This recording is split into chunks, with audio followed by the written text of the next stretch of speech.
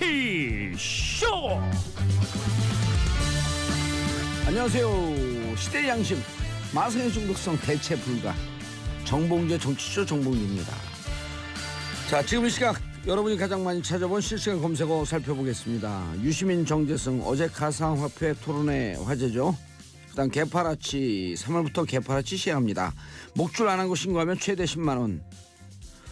재건축 연한 김현미 장관이 40년으로 연한을 늘리는 방안을 시사했죠. 자, 이 중에 봉도사 뽑은 오늘의 실시간 검색어 유시민 정재승. 유 장관님, 우리는 블록체인 기술 없어도 살아갈 수 있는 나이지만요, 10대, 20대, 30대는요 블록체인 없으면 살아갈 수 없습니다. 그들 인생에 고춧가루 뿌리지 마세요. 모르면 공부하세요.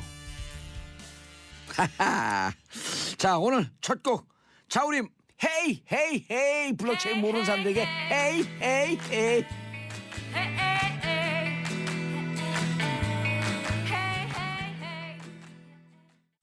정봉재 정치쇼 1부 뉴스 브리핑 들어가겠습니다. 자, 제가 리드 멘트예요. 블록체인 기술을 얘기했더니 비트코인 사라는 거냐? 그런 뜻이 아니고요. 블록체인 기술을 죽일 수 없다. 그리고 블록체인 기술은 가상화폐의 기초이기도 하지만 여러 가지 기술로 쓰이는데 블록체인 기술을 죽일 수 없다는 뜻으로 얘기한 겁니다. 사라 마라고 하는 가치 판단을 드린 건 아닙니다. 오해 없으시길. 자, 함께 하실 분 정상근 미디어 오늘 기자 자리하셨습니다. 네, 안녕하십니까. 미디어 오늘 정상근 기자입니다. 예, 일본이 아주 얄미운 야심찬 계획을 꾸미고 있어요. 일본이요? 예. 네. 우리나라 비트코인 시장, 가상화폐 시장이 무너지는 조짐을 보이니 네. 그거 우리가 먹어야겠다. 전 세계에서 거의 최초로 지난해 4월에 암호화폐를 거래 결제 수단으로 인정했잖아요. 그리고 합법적으로 끌어들면서 온갖 세금 때리고. 그래요? 그러면 네. 일본이 가상화폐 거래 종주국으로 만들겠다. 그리고 그 계기를 2020년 동경올림픽을 계기로 종주국이 되겠다. 그럴 때 우리는 뭐 하고 있을까요? 그런 거에 대해서 문제제기를 하는 겁니다. 네. 이해하시죠? 네, 맞습니다. 사람 말라 아니에요. 네. 저는 사실 이 분야를 잘 몰라서. 네. 다른 분야는 뭐 아는데 있으시죠? 글쎄요. 한번 찾아봐야 될 것 같은데요. 이 분야 잘 알잖아. 문재인 대통령 MB의 분노. 네, 그렇습니다. 그 문재인 대통령이 18일 이명박 전 대통령의 기자회견에 대해서 분노의 마음을 금할 수 없다라고 정면 비판했습니다. 이 박수현 청와대 대변인을 통해서 발표한 입장인데요. 그 이명박 전 대통령이 그 노무현 전 대통령의 죽음을 직접 거론하면서 그 정치보복 운운한 것에 대해 분노의 마음을 금할 수 없다라면서 이명박 전 대통령이 마치 청와대가 정치보복을 위해 검찰을 움직이는 것처럼 표현한 것에 대해서 이는 우리 정부에 대한 모욕이며 그 대한민국 대통령을 역임하신 분으로서 말해서는 안 될 그 사법질서에 대한 부정이고 정치금도를 벗어나는 일이다라고 말씀하셨습니다. 그 이명박 대통령이 전 대통령이 기자회견을 했던 17일만 하더라도 청와대의 분위기는 노코멘트였었다고 해요. 근데 18일 오전에 문재인 대통령이 직접 청와대 핵심 참모들과의 차담회를 갖고 왜 참고 있냐라는 말씀하셨다고 합니다. 그래서 이제 대변인에게 자신의 입장을 그대로 전하라라고 지시를 하셨다고 하는데요. 청와대 측에서는 문재인 대통령이 권력을 사유화시켜서 그 정권 운영의 도구로 사용했던 사람들이 적반하장격으로 지금 노무현 전 대통령을 걸고 넘어지면서 정치보복을 운운을 하는 게 그 문재인 대통령의 심기를 크게 건드린 것 같다라고 보고 있다고 합니다. 하지만 이것보다 더 큰 문제는 그 이명박 전 대통령의 저런 발언이 국민의 편을 가르고 비리 수사를 정치 보복으로 호도하고 있기 때문에 나온 것이다, 이렇게 보는 청와대 관계자도 있다고 하고 있고요. 뭐 이명박 전 대통령의 주장에 따르면 지금 청와대가 정치 보복을 위해서 검찰을 움직인 셈이 되니까 뭐 이거에 대해서는 받아들일 수는 없다. 뭐 이런저런 얘기들이 많이 나옵니다. 이명박 대통령의 특징이요. 네 편 내 편 가르는 거예요. 서울과 지방, 영남과 호남, 강남과 강북, 기독교와 비기독교, 이렇게 편 나누는데 선수예요. 네, 편 나누는데도 선수고 뭐랄까 하여튼 선수도 근데 시간이 되면 은퇴해야 됩니다. 네, 은퇴하시고 사법 질서를 부정한 분은 어떻게 되는지 알아요? 종말이? 감옥 가셔야죠. 허허. 항상 그 말씀하셔서. 빙고. 어쨌건 그렇게 막 그 일종의 뭐 소득이나 아니면 계급 이런 걸로 또 편을 나누고. 그러면 부자와 가난한 사람. 그 가난한 있는 사람들을 사람과 또 없는 사람. 무시를 하는 게 또 이명박 전 대통령의 아니 이게 특기가 올해가 많은데 개해니까 개무시했죠.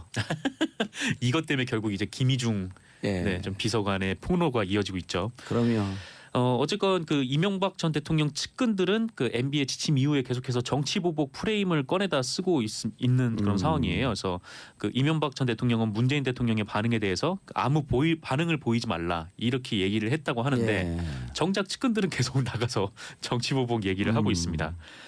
김두우 전 청와대 홍보수석은 그 노무현 전 대통령이 돌아가시는 바람에 검찰이 많은 부분을 덮은 걸로 알고 있다.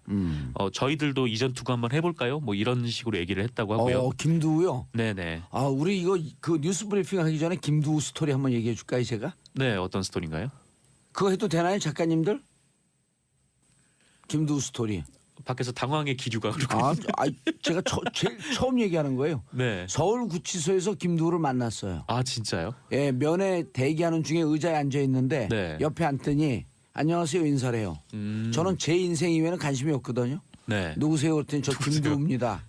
김두우는 누구시죠? 그랬더니 저는 청와대 홍보수석을 지낸 김두우입니다. 여기 왜 들어오셨어요? 그랬더니 그러더라고요. 네. 그럼 그때부터 이제 얘기를 장황하게 쫙 풀어놔요. 노무현 대통령을 수사하겠다고 검찰이 얘기하길래 방문 수사라든지 서면 수사라든지 네. 해라. 네. 그런데 우리 말을 듣지 않고 노무현 대통령 소환해서 네. MB께서 경로하셨다. 이렇게 저한테 설명을 해요. 네. 그래서 제가 누가 물어봤나요? 왜 저한테 설명을 하죠? 그렇죠. 아 근데 이 전직 대통령을 그 봉하마을에서 검찰까지 서울까지 불러서 예. 이렇게 수사를 하는 거를 그게 검찰이 자의적으로 했다라는 자유로 건가요? 했다는 거예요. 자기들은 그렇게 하지 말라 그랬대요. 네. 그런 용감한 검찰이 있었어요. 그때 당시에 그러게요. 이인규, 홍만표, 우병우 정치 검찰의 대표적인 인물들이 네네. 그때 저한테 이 얘기를 한 거는 나중에 당신 진영에 가서 우리가 억울하다라고 하는 걸 설명하라라고 하는 얘기예요. 왜 저한테 설명을 하죠? 자기들이 두려우니까 얘기 해명을 하는 거예요. 아 그렇군요. 김두우 씨, 저한테 그렇게 설명한 거 기억나시나요? 저 누군지 아세요? 대한민국 정봉주입니다. 네, 어쨌건 김두우가 이제 이전 투구 한번 해볼까요? 뭐 이렇게 한번 얘기했다고 하고. 해볼까요? 예, 문재인 대통령으로 가기 전에 생각지 못한 곳에서 정봉주를 시작되네요. 거쳐야 됩니다. 네 그렇게 얘기했고 예. 이재호 전 특임장관은 전전 정권의 문제를 거슬러 잡아간다면 예. 전전전 정권은 무사하냐 뭐 이렇게 얘기를 했다고 합니다. 해보세요. 전쟁은 입으로 합니까? 그렇죠. 이 자꾸 뭐가 있다는 식으로 얘기를 예. 하는데 이제 문제는 자꾸 뭐가 있다는 식으로만 얘기를 하는 게 식으로만. 네. 예. 그게 좀 문제인 것 같아요. 어쨌든 뭐 그렇습니다. 재밌어요 이분들. 감옥 가서도 이렇게 큰 소리 치나 한번 봅시다.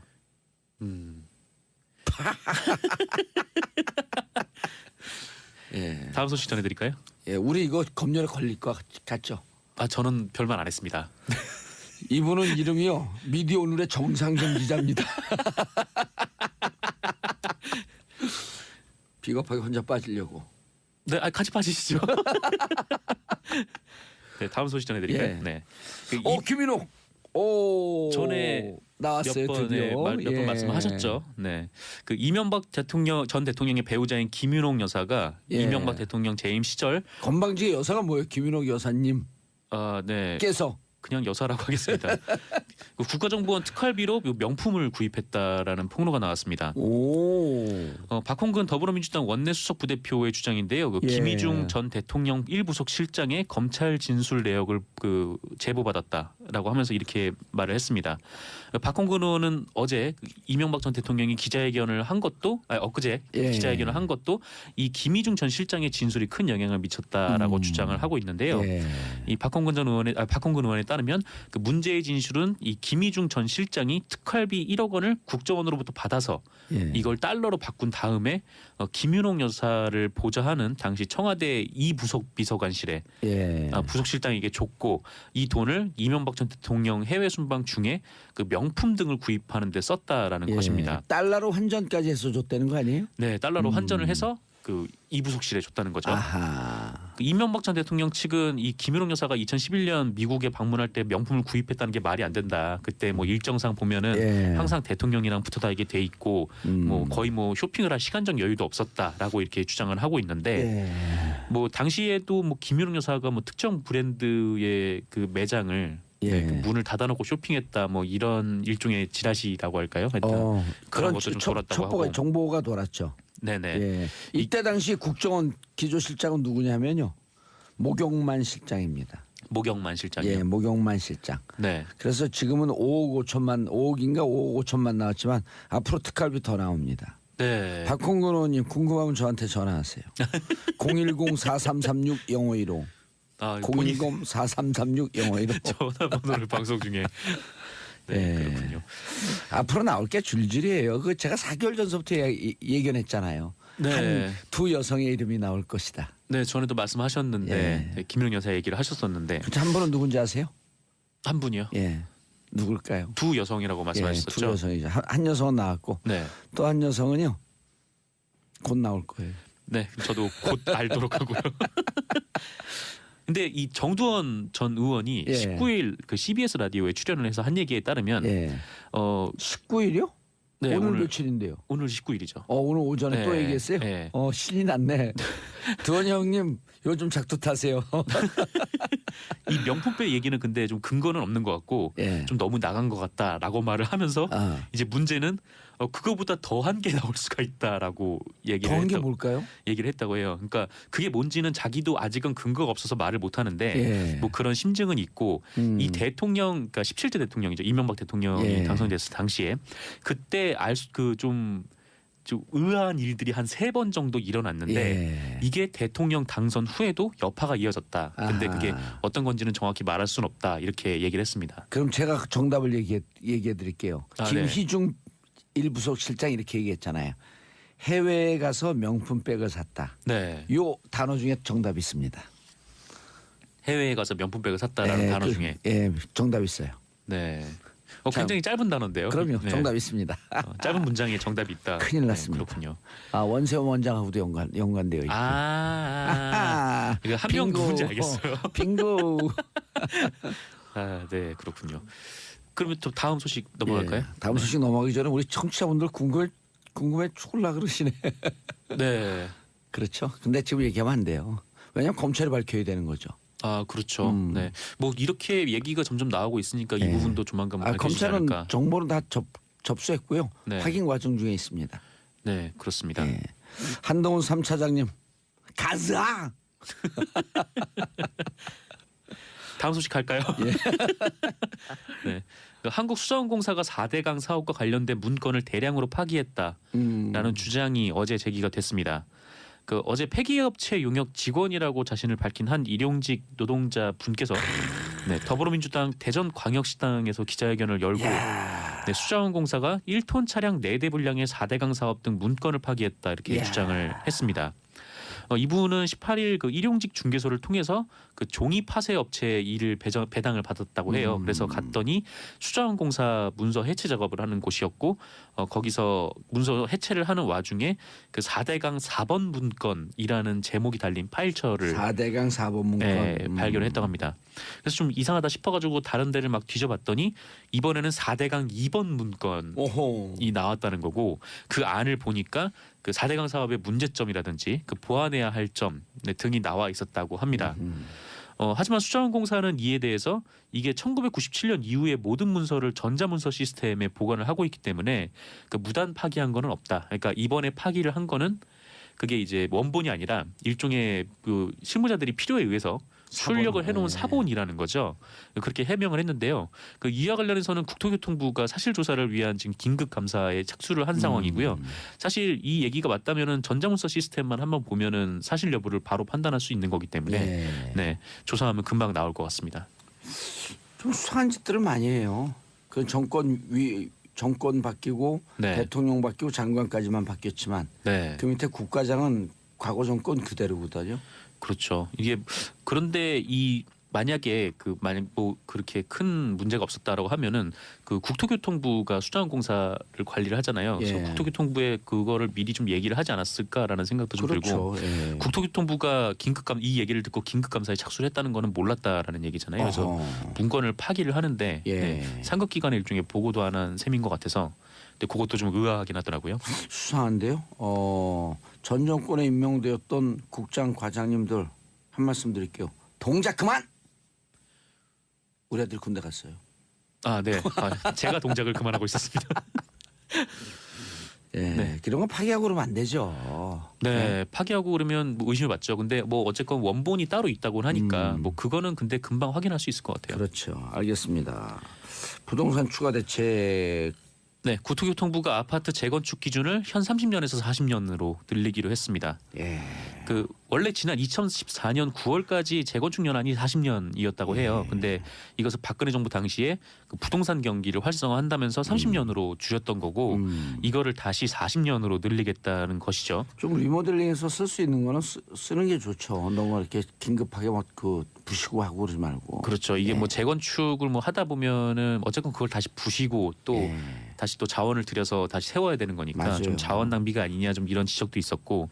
과거에 졌던 집들이 좋은 데들도 꽤 있어요. 그리고 네. 운치도 있고 그걸 조금 살기 편리하게 리모델링 할 필요 있으면 리모델링 해서. 네네. 예. 그리고 시멘트로 짓는 거 아니에요, 집들은. 그렇죠. 시멘트 굳는 걸 양생이라 그러거든요. 양생 기간이 몇 년쯤 될 것 같아요. 다 굳는데. 그건 잘 모르겠어요. 시멘트 양생은 100년이 간다 그래요. 아, 그렇게는 오래 걸려요? 그럼요. 아. 그래서 100년까지는 구조적으로 문제가 없으면 리모델링 해갖고 네. 좀 편리하게 쓸 수 있다. 그 사회가 자꾸만 때려부시고 새로 짓고 네. 그 MB가 했던 뉴타운 아니에요? 그렇죠. 예전에 예. 뭐 그런 것들이 있었는데 유럽에 가면 좋은 관광지가 골목길 관광지예요. 진짜 유럽 주요 도시에 가면은 아파트 같은 게 많이 잘 안 보이긴 하죠. 예. 네. MB가 콜로세움 보고 한탄했대잖아요. 저걸 때려부셔야 되는데. 금싸라기 라는 설이 땅이니까. 있습니다. 그래 유적지 다 때려부셔야 돼요. 네. 그리고 새로 아파트 져야 되니까. 아하. 정상 기자님 네. 오늘 뭐 끝났나요? 한 것도 없이 끝났네요. 그러게요. 예, 인사하시고요. 네, 감사합니다. 예, 저는 잠시 뒤에 여의도 UFC로 돌아옵니다. 채널 고정하소서소서.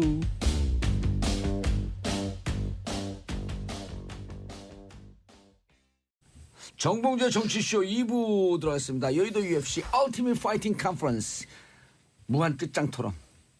금요일날 기다리는 사람들 많아요. 자, 모처럼 나오셨습니다. 이재정 더불어민주당 의원님. 네, 반갑습니다. 새해 복 많이 받으세요. 예. 올해 처음 뵙으니까. 좀 그러네요. 네. 자, 처음 출연하셨습니다. 선금주 국민의당 의원 자리하셨습니다. 네, 반갑습니다. 손금주입니다. 예. 새해 복 많이 받으십시오.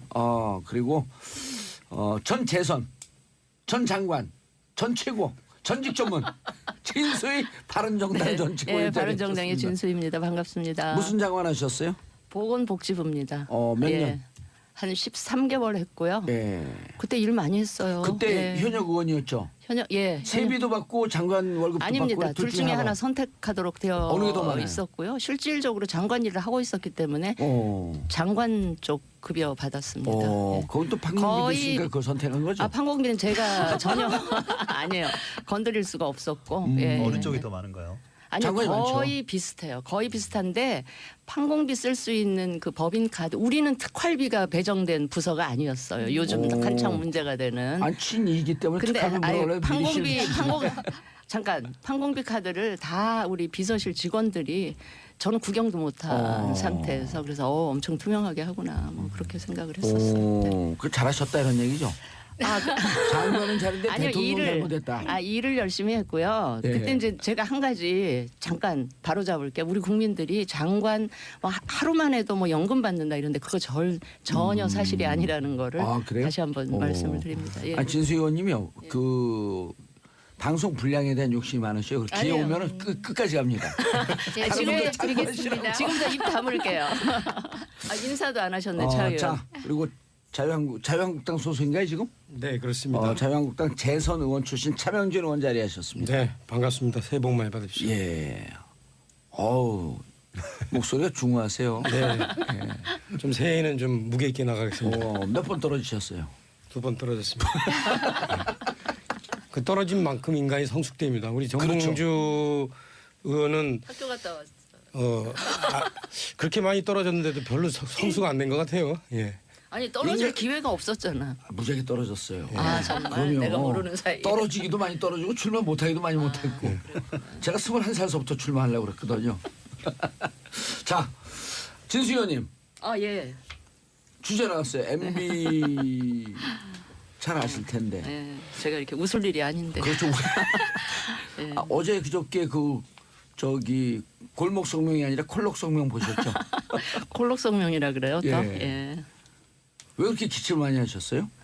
아 제가 알기로 그분이 원래 기관지 호흡기가 잘 안 좋아서 평소 때도 기침은 늘 많이 하시는데 아마 요즘 왜 감기 굉장히 유행하잖아요. 또 감기도 걸리시지 않았을까. 예. 저는 그렇게 생각하면서 좀 봤고요. 현장 참모들은 좀 울컥해서 그랬다라고 하는 말씀들을 하시던데. 모르겠어요. 현장에서 보신 분들이 더 가까이서 뵀으니까 뭐 그런가 싶긴 한데 또 그 양반이 또 그렇게 또 나약하신 분이 아니라서 그랬을까 싶어요. 예, 예. 아니 이제껏 나약한 모습 못 봤는데 멀리서 보신 또 국민들은 그런 얘기도 하시더라고요.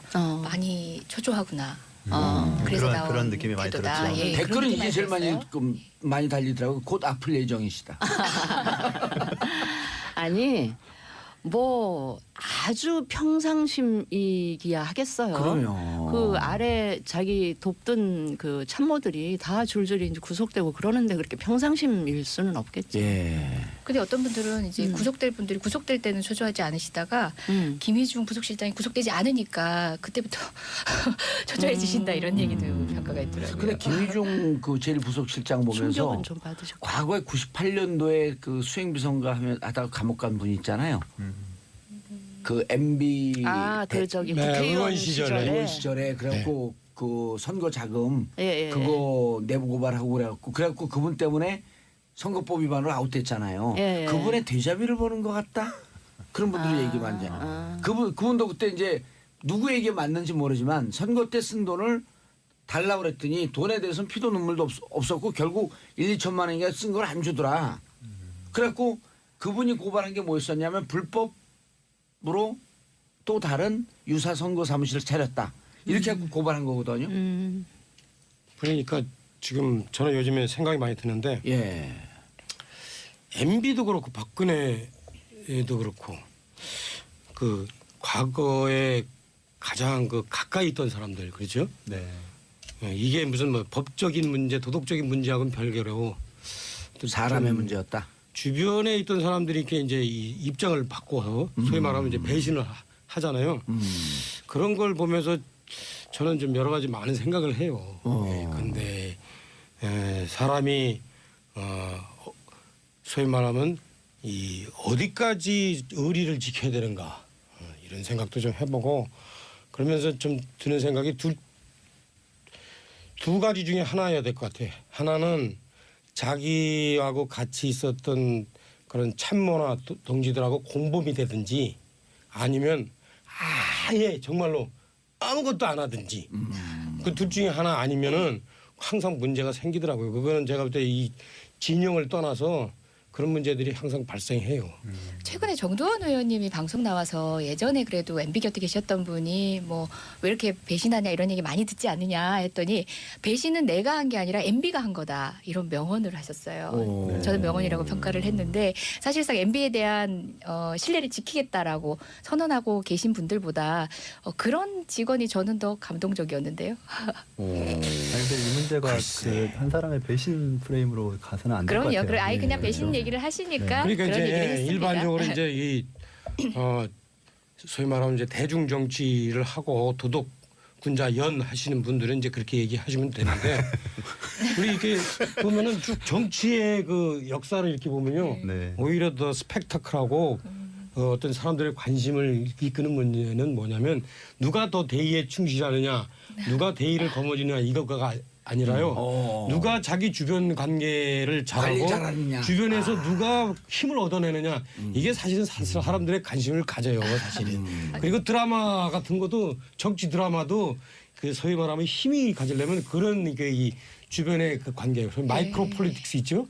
이 부분이 그 오히려 사람들의 관심을 끄지 커다란 대의에 관한 문제는 뭐 사실은 쏘쏘예요. 사실은 제가 이렇게 정치해 보면은 뭐 저 자신도 그렇지만 많은 사람들이 그 대의와 관련해서는 상당히 스탠스가 많이 움직여요. 아니 근데 오히려. 예, 손 의원님 네. 말씀하시고 제가 좀 그 할게요. 대의와 관련된 부분에 있어서 대의가 명확하면 배신의 문제가 안 나오는 거고요. 지금 김희중 전 실장의 발언 중에 딸에게 더 이상 부끄러운 아빠가 되지 않겠다. 맞습니다. 이 표현이 굉장히 가슴에 와닿더라고요. 그거는 그러니까 이제, 딸일 수도 예. 있고 국민일 수도 있습니다. 그분의 입장에서는. 그러니까 이명박 전 대통령께서 대의의 입장에 서서 그 일정들이 이루어졌다면 이분이 끝까지 갈 수 있는 거죠. 근데 그렇지 않기 때문에 그건 이게 배신의 프레임이 아니라는 것이죠. 근데 이제 그거 아마 송금준이 이제 아마 편하게 정치를 하셔서 그런데 그 정치를 좀 하다 보면요, 예, 여러 가지 이제 이 대의가 아닌 주변에서 소위를 따져야 되는 데이 많이 생겨요. 지금 이제 예컨대 이제 나주에 지역구 계시잖아요. 네. 그 지역구에서 예컨대 송금주 의원하고 예컨대 뭐 경력도 비슷하고 네. 외모도 이렇게 출중하고 네. 이런 분이 송금주 의원에게 도전을 했다. 네. 어? 그러면 송금주 의원이 그래 편하게 그래 우리 그 페어 플레이 하자. 이렇게 페어 해야 플레이는 뭐 쌍둥이 플레이 하자. 이렇게 나올 수 있을까? 사실 이게 상당히 복잡한 문제들이 많이 생겨요. 그리고 뭐 참고로- 여러 가지 예컨대 이제 자기 그 가정의 대소사 이런 문제가 또 이렇게 얽히고 네. 설키면서 아. 그러면서 정치라는 게 그렇게 있잖아요. 그러니까 대의에 충실하면 돼요. 근데 이제 예컨대 제가 아까 저한테 뭐 여기 들어오기 전에 뭐 친 김문수 계열이라고 그러지만 김문수 지사는 어떤 스타일이냐면은 자기하고 아주 가까운 자기 그 비서나 이런 사람들한테도 절대 곁을 안 줘요. 그래서 조금만- 차갑다는 네, 조금만 비판이 뭐 있더라고요. 그 구설수가 나오면 바로 잘라버려요. 대신 자기는 아주 철저하게 자기 주변 관리를 해요. 그러면은 이제 그게 그분한테 이제 어떤 문제가 생기냐? 자신이 입지를 여러 가지 이제 그 뭐 여러 가지 주변에서 이제 뭐 예를 들어 말을 잘못하든가 뭐 경쟁 관계가 있다든가 이렇게 해서 이제 입지가 어렸을 때 자기 도와주는 사람이 없어요. 하지만 잡혀 들어가진 않지. 왜? 잘못한 일이 없으니까.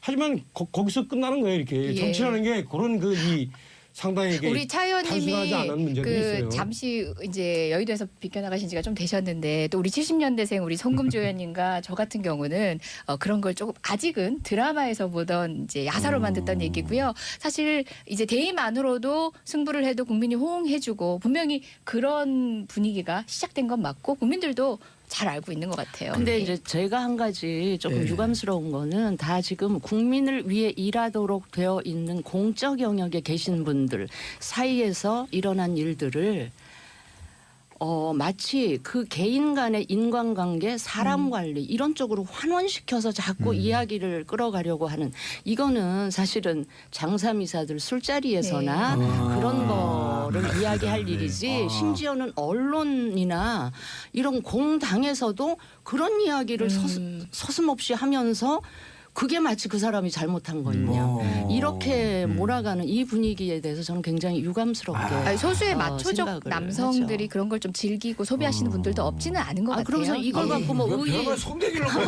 마세요. 아니 이러면서 여러 가지 이걸 관점에서 이걸 젊은 의인이 정치는 또 배신이니 마치 조폭 집단의 언어로 이걸 치환해서 이 상황을 오. 분석하는 거에 대해서는 굉장히 정확한 유감스러워요. 지적이세요. 예. 오. 그 근데 국민들은 되게 저 이상하게 차명진 봐요. 의원이요. 서울대 정치학과 출신이에요.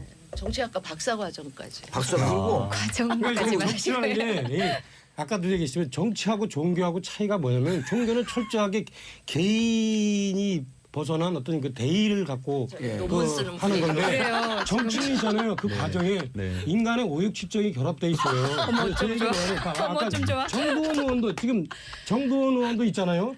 그 지금 많은 분들이 이런 저는 이런 생각돼요. 정두원 의원이 사실 있죠. 아까도 뭐 MB가 정두원 의원을 배신했다?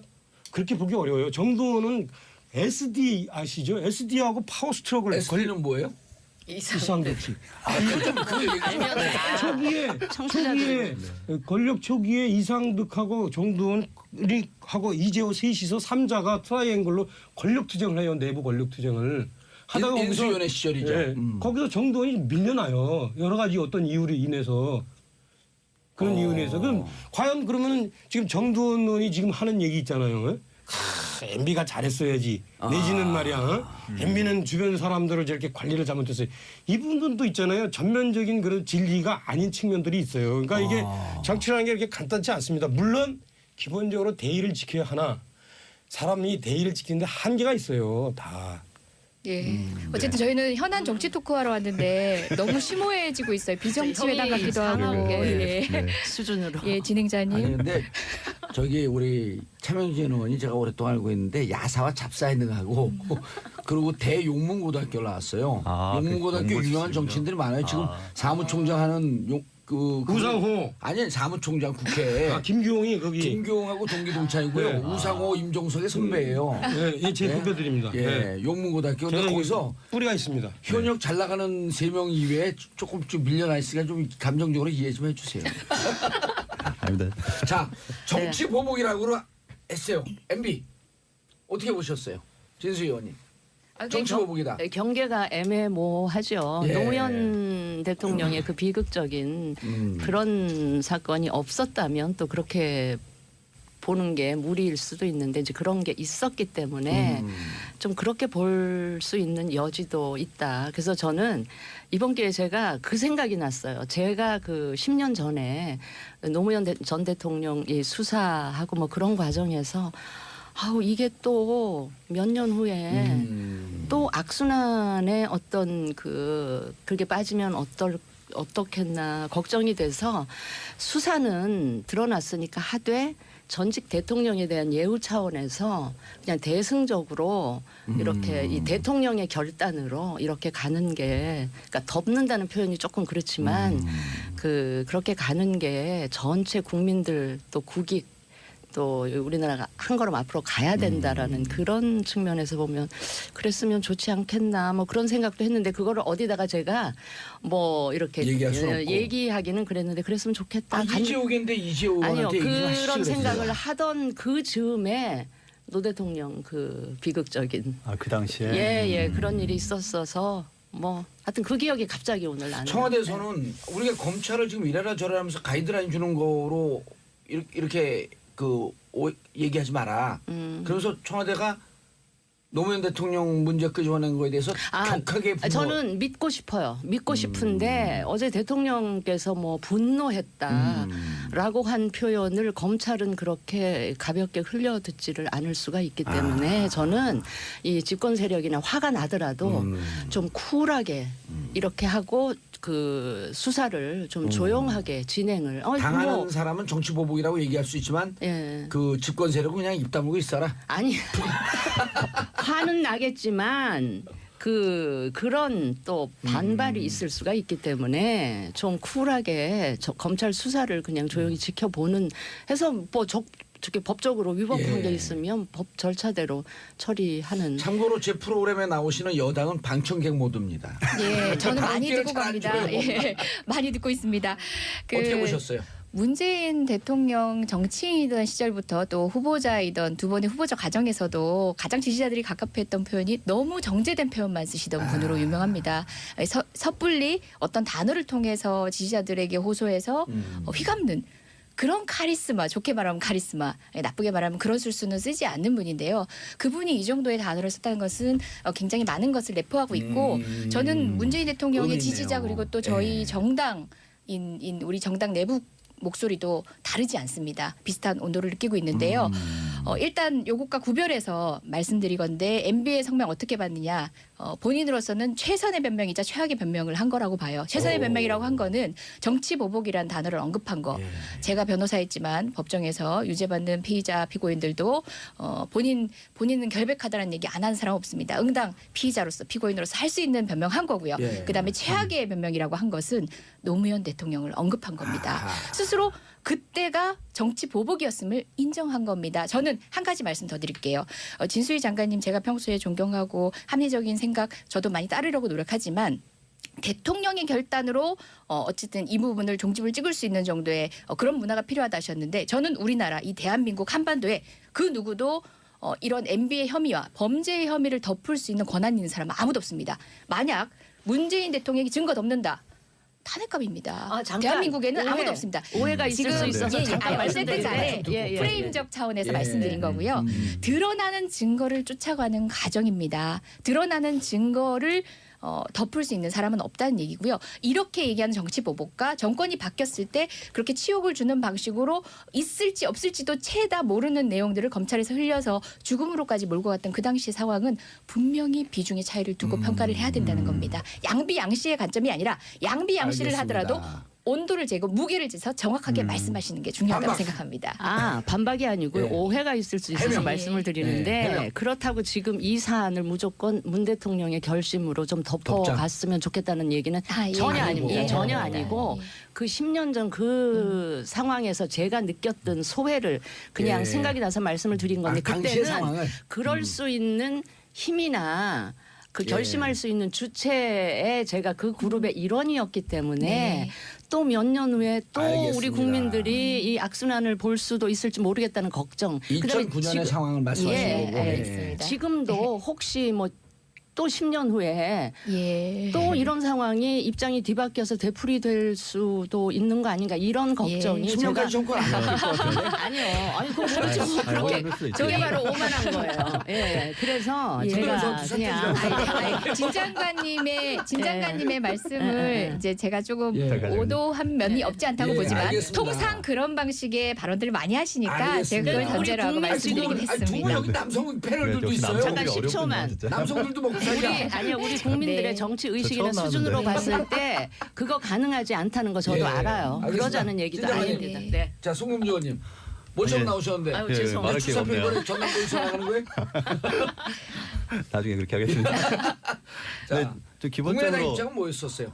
저희는 이제 그 이명박 전 대통령 관련 수사는 적법하게 이루어져야 된다. 또 엄정하게 이루어져야 된다는 겁니다. 그러니까 나타난 증거들에 문무일 대해서는 총장의 입장이 옳다. 예 그렇게 생각합니다. 예. 근데 이명박 전 대통령께서 어쨌든 정치적인 시도를 하신 거죠. 대국민 담화를 통해서 시도를 하셨고 그 부분 정치적 시도를 했다. 네, 아하. 저는 그렇게 봅니다. 예. 물론 감정이 굉장히 고조된 상태에서 하셔가지고 여러 가지 해석을 낳지만 결국 마지막에 뭐 통합에 대한 메시지를 같이 던지면서 정치 보복은 하지 말아달라. 자기가 책임지겠다. 이런 말씀을 기침을 하시면서 얘기하셨지 않습니까? 네. 기침을 하시면서. 전 중요한 부분은 사실 오늘 그 신문 일면에 나온 기사들이 대부분 그런 겁니다. 그러니까 현 정권과 전 정권의 대결이다. 이렇게 나왔어요. 어제 이제 문재인 대통령 그 뭐 분노 이런 발언들이 아마 그런 대결 국면으로 나가긴 했을 것 같은데 이 프레임을 가지고 가려고 하는 이명박 전 정권의 이제 입장은 반영이 된 것 같습니다. 근데 검찰이 좀 독립적으로 엄정하고 또 적극적인 수사를 하고 빨리 종결지어야 될 사건으로 봅니다. 미국 같은 경우는 트럼프에 대한 수사가 오히려 더 적극적이지 않습니까? 왜 우리는 계속 검찰이 전 정권에 대한 수사를 하는데 좀 더 적극적이고 그런 것들이 계속 정권이 바뀔 때마다 뉴스화되는 것이냐. 어쨌든 드러난 증거에 대해서 독립적인 위치에서 사정기관들이 위치에서. 예. 엄격하고 또 신속하게 수사를 하고 그 결과를 국민들에게 발표해서 진실을 명확하게 하는 것이 필요하다. 이렇게 어제 생각합니다. 문재인 대통령 발언 때문에 검찰이 좀 기울 것 같다라고 진수 의원님께서 살짝 말씀하셨잖아요. 그렇게 보세요?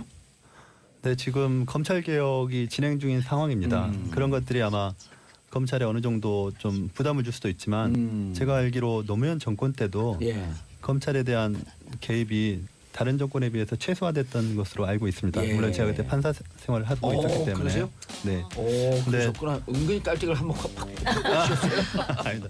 그래서 손 이번 의원님. 네. 광고 듣고 넘어가면 안 될까요? 아, 그럼 광고 듣고 돌아오겠습니다. 채널 고정하셨어.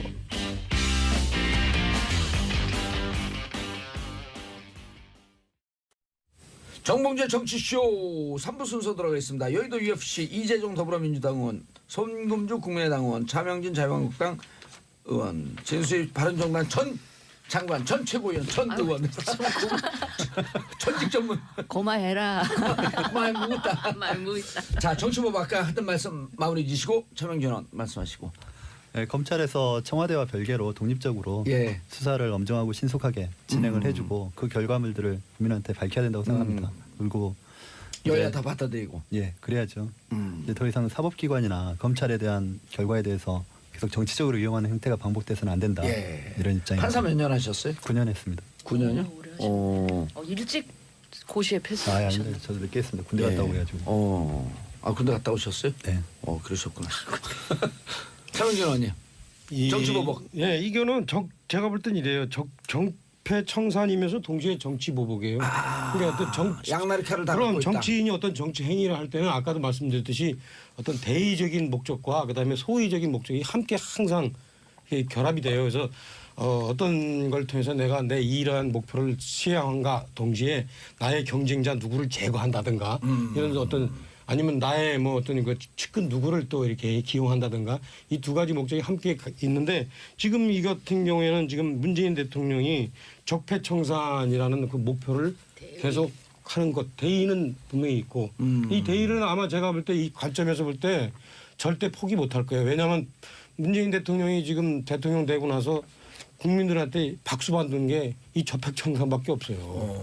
또 원전 폐기부터 시작해가지고 하다못해 저 평창올림픽 한반도기까지 도대체 국민들의 지지를 받은 게 하나도 없어요. 그러니까 계속 본인이 제가 볼 때는 그만두고 싶어도 그만둘 수 없을 거예요. 뭐 적폐청산은. 그래서 아마 MB를 끝까지 밀어붙일 겁니다. 그다음에 또 하나는 이제 이 정치보복 이 문제는 뭐 본인이 그 과거에 노무현 대통령 비서실장 했을 때 당했던 여러 가지 어떤 사적인 생각 뭐 그런 것이 MB에 대한 어떤 그 응어리인 것 이런 것이 또 동시에 작용하기 때문에 이것도 또 멈출 수 없을 것 같다. 그래서 제가 볼 때는 아마 끝까지 간다. 그런데 그렇다고 해서 이게 또 문재인 대통령이 지지한 거냐 안 거냐 아닌 거냐 이게 논쟁하는 것도 참 치졸한 거예요. 정치는 그렇게 안 해요. 지시한 거냐 안 한 거냐 그 논쟁하는 게 치졸하다. 네, 그렇게 안 해요. 정치는 딱 윤석열이라는 사람을 저기다 갖다 놓으면은 어떻게 하겠다라는 거를 다 알아요. 이 정치인이 갖고 있는 가장 큰 장점이에요.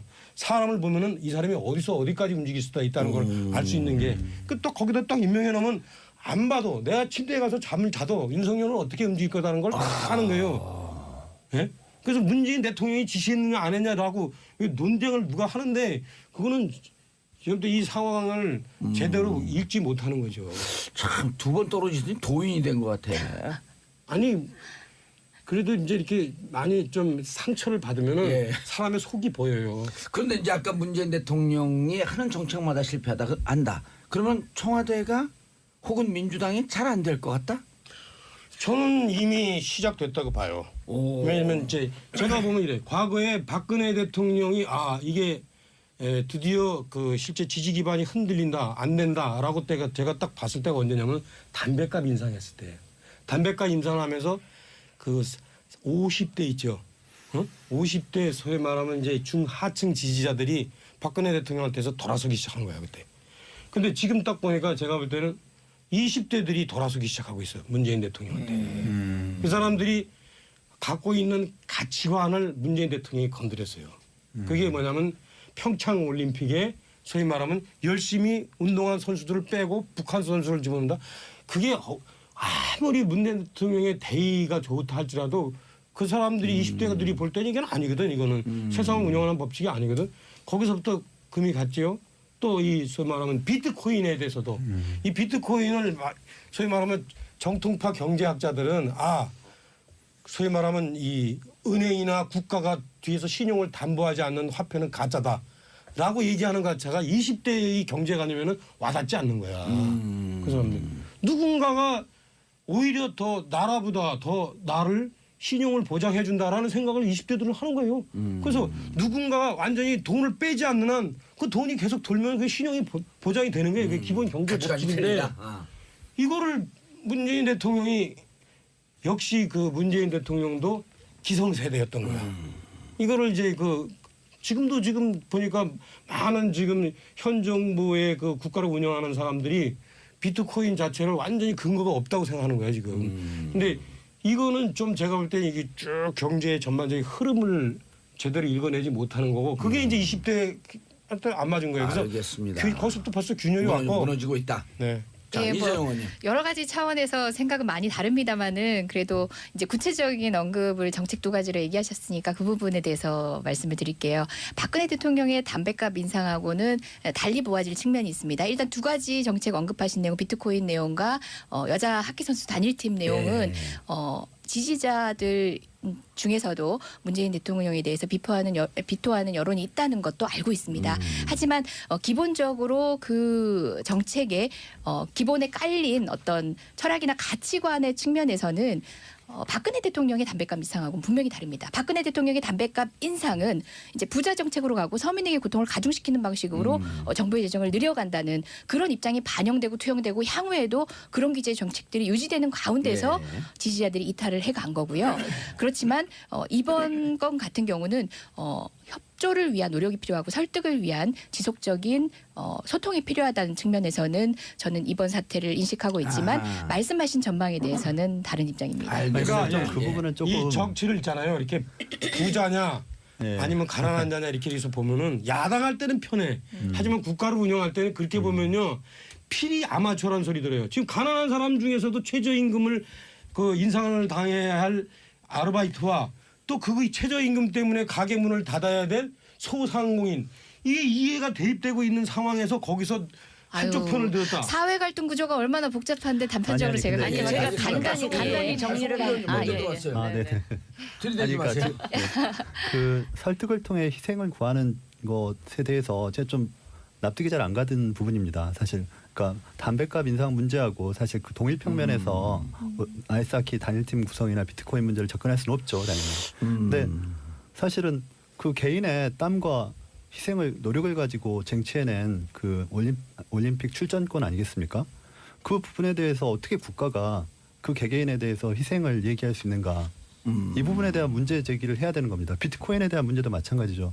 그러니까 처음에 비트코인이라는 그러니까 블록체인 비트코인 체제가 나왔을 때 사실 제도권의 그 금융권에 대한 불신에 기해서 이 화폐가 등장을 했단 말입니다. 그리고 이 화폐에 대해서 젊은 층이 또 제도권에 대한 반발을 가지고 있는 분들이 어떤 신뢰성을 준 거죠. 물론 그것이 이제 지금 굉장히 너무 지나치게 투기화 되니까 문제지만 그 문제에 대한 접근을 할 때 정부가 일관된 방향을 가지고 갔어야 되는데 왔다 갔다 했기 때문에 더 어려워진 것 아니겠습니까? 그로 인해서 피해를 본 청년층이 있는 것이고 그분들에 대해서 그 희생을 어떤 대의에 따른 대의가 희생이라고 말이죠. 이렇게 볼 수는 없는 것 아니겠습니까? 그렇죠. 그렇게 단편적으로 얘기하고 싶지도 않고 그래서도 안 된다고 네네. 생각합니다. 다만 이제 그 두 가지 크랙이 최근에 유일하게 얘기할 수 있는 두 예. 화제인 것 같아서 크랙의 틈을 모든 분들께서 근데 짚고 지금 들어오시는데요. 정책적인 내용을 섬세하게 갖고 들여다봐야 들어가면 돼. 좀 더 시간이 지금 필요한 그 말이 부분이긴 안 합니다. 정치적인 얘기를 듣고 싶은 거예요. 민주당이 그런 망할 거잖아요. 것 같다. 그러니까 지금 제가 이야기한 차명진 의원의 분석은 예. 지금까지는 민주당 정부, 그러니까 문재인 정부의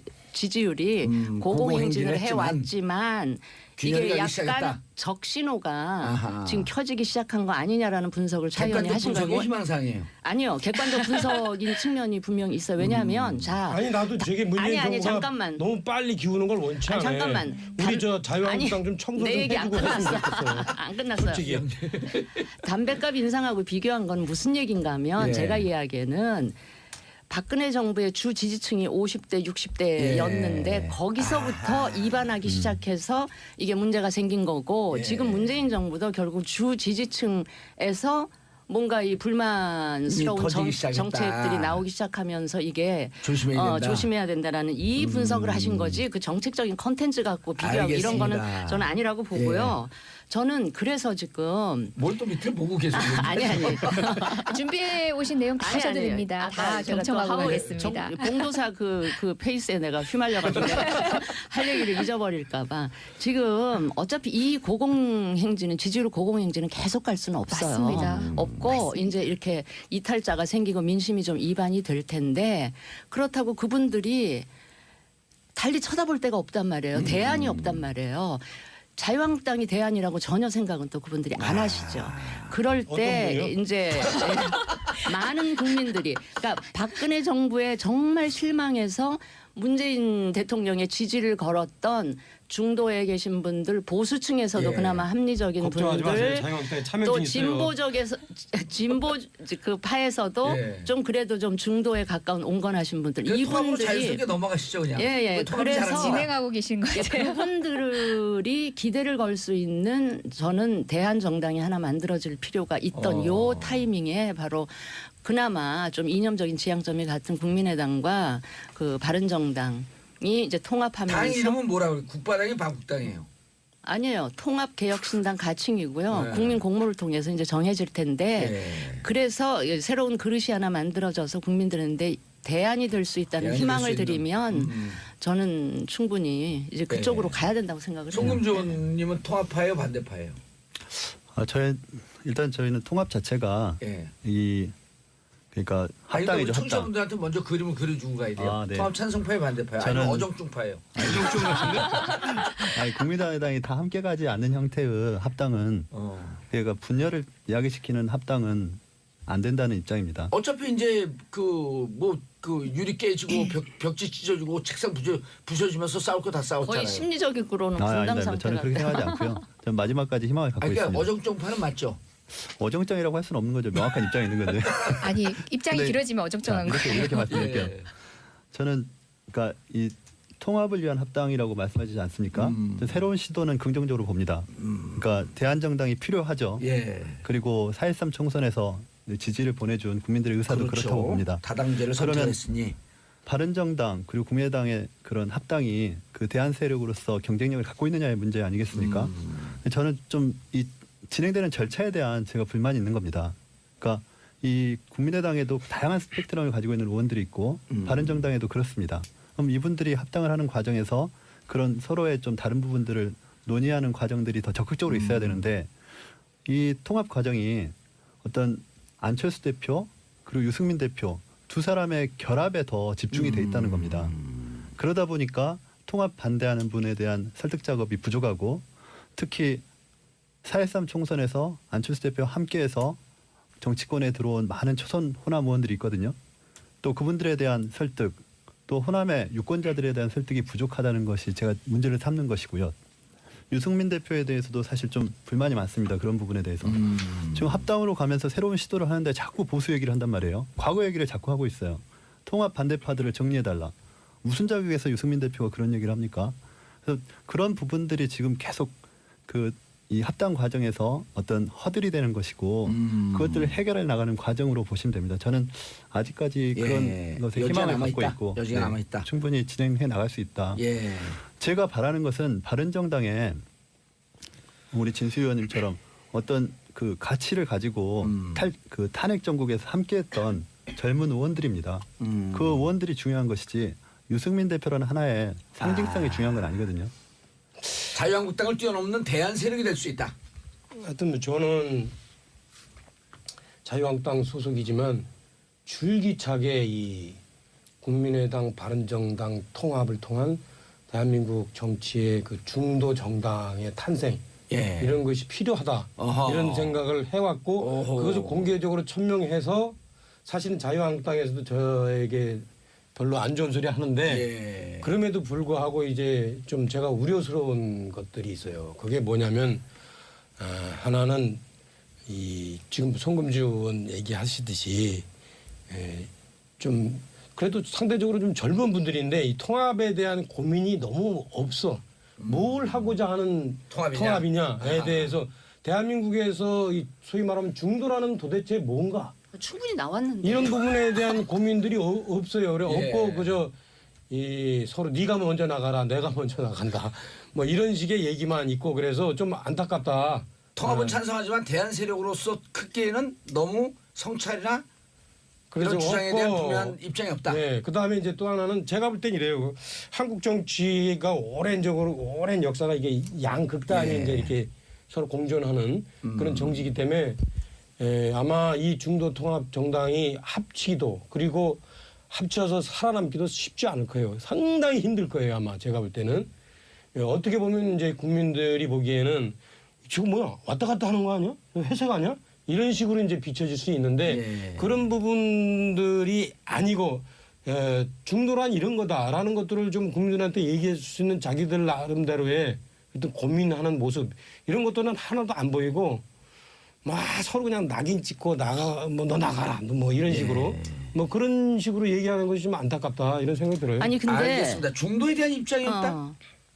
아니 근데요 이게 통합을 위한 통합이라면 예. 막 그 통합 얘기하면서 분열되면 안 되는 거 아니냐 이렇게 얘기를 하시는데 통합이라고 하더라도 뭔가 추구하는 개혁적 가치를 향해서 통합을 해야 되는 거 아니겠어요? 그래야 국민들이 박수를 칠 텐데 그렇다면 완전히 구태스러운 지역에 그냥 온전해서 자기 정치적인 생명을 유지하려고 한다던가 이런 분들하고는 결별을 하고 가는 통합이어야 그게 생산적인 통합이고 미래지향적인 통합이지 그냥 있는 사람들이 하나도 이탈하면 안 되고 그래서 같이 가야 되고 저는 그거는 국민들이 원하는 방향의 통합은 아닐 거라고 생각을 하거든요. 장관님, 제가 질문 하나 드리겠습니다. 저는 사실 잘 모르겠어요. 여러 의원님들이나 이렇게 관련자들이 나오실 때마다 약간 입장들이 다른 것 같긴 한데 두 당의 통합은 대안적 보수로서의 정체성을 갖기 위해서 노력하시는 겁니까? 아니면은 또 다른 중도 정당을 만들기 위한 것입니까? 아니 그게 이거냐 저거냐 무슨 이분법적으로 생각할 일은 아니고요. 저는 많은 국민들이 정말 양극단에 있는 거대 두 당이 점유하고 있는 이거 말고 그러니까 중도적인 부분하고 지금 눈살 찌푸리게 하는 소위 보수라고 하는 이게 아니고 보수에서 개혁적인 보수를 그러니까 추구하는 중간당 되려는 건지 아니면은 기존의 보수 세력을 대체할 목표가 있는 건지 이런 장거리의 목표에 따라서 향후의 스탠스는 굉장히 달라질 그러니까 수도 있고 중도- 지금의 판단도 굉장히 달라질 수도 있을 것 중도적인 같아요. 가치를 지향하는 분들하고 궁금했어요. 예. 보수에서 좀 보수가 개혁돼야 된다고 아하. 생각하는 그러니까- 사람들이 예. 한 몸이 왜 될 수가 없어요? 진수희 네. 최고 얘기하는 거 들어보면 자기들도 자기네들 정책성을 가지고 있는 거야. 아니 아닙니다. 네. 얘기가 막 길어지는 거야. 근데 이분 아니 설명을 하라고 하니까 예, 저는 이분법은 아니라는 바른 거예요. 정당도 그렇고 국민의당도 그러니까 중간 정당으로서의 정체감을 못 찾다 보니까 오늘날의 위기에 봉착했다고 봅니다. 그래서 그런 것에 대한 스스로의 평가와 앞으로의 전망은 조금 자명해져야 되지 않느냐. 예. 조국 이제- 의원님 이제 대선 당시에 그 선대위 대변인을 했었습니다. 수석 대변인을 했었는데 누가요? 제가 좀 고민했다 그래요. 근데 그게 굉장히 힘들었습니다. 그러니까 아까 말씀하셨던데 그 양 극단에서 적대적 공생 관계가 시작된 거죠. 그 문재인 후보 또 홍준표 후보 사이에서 그러니까 서로 띄워지는 시소 게임 속에서 중간에 있는 그 안철수 후보의 입장이 굉장히 어려워지는 거죠. 근데 물론 앞으로도 중간지대에 있는 당의 입장에서는 어려울 겁니다.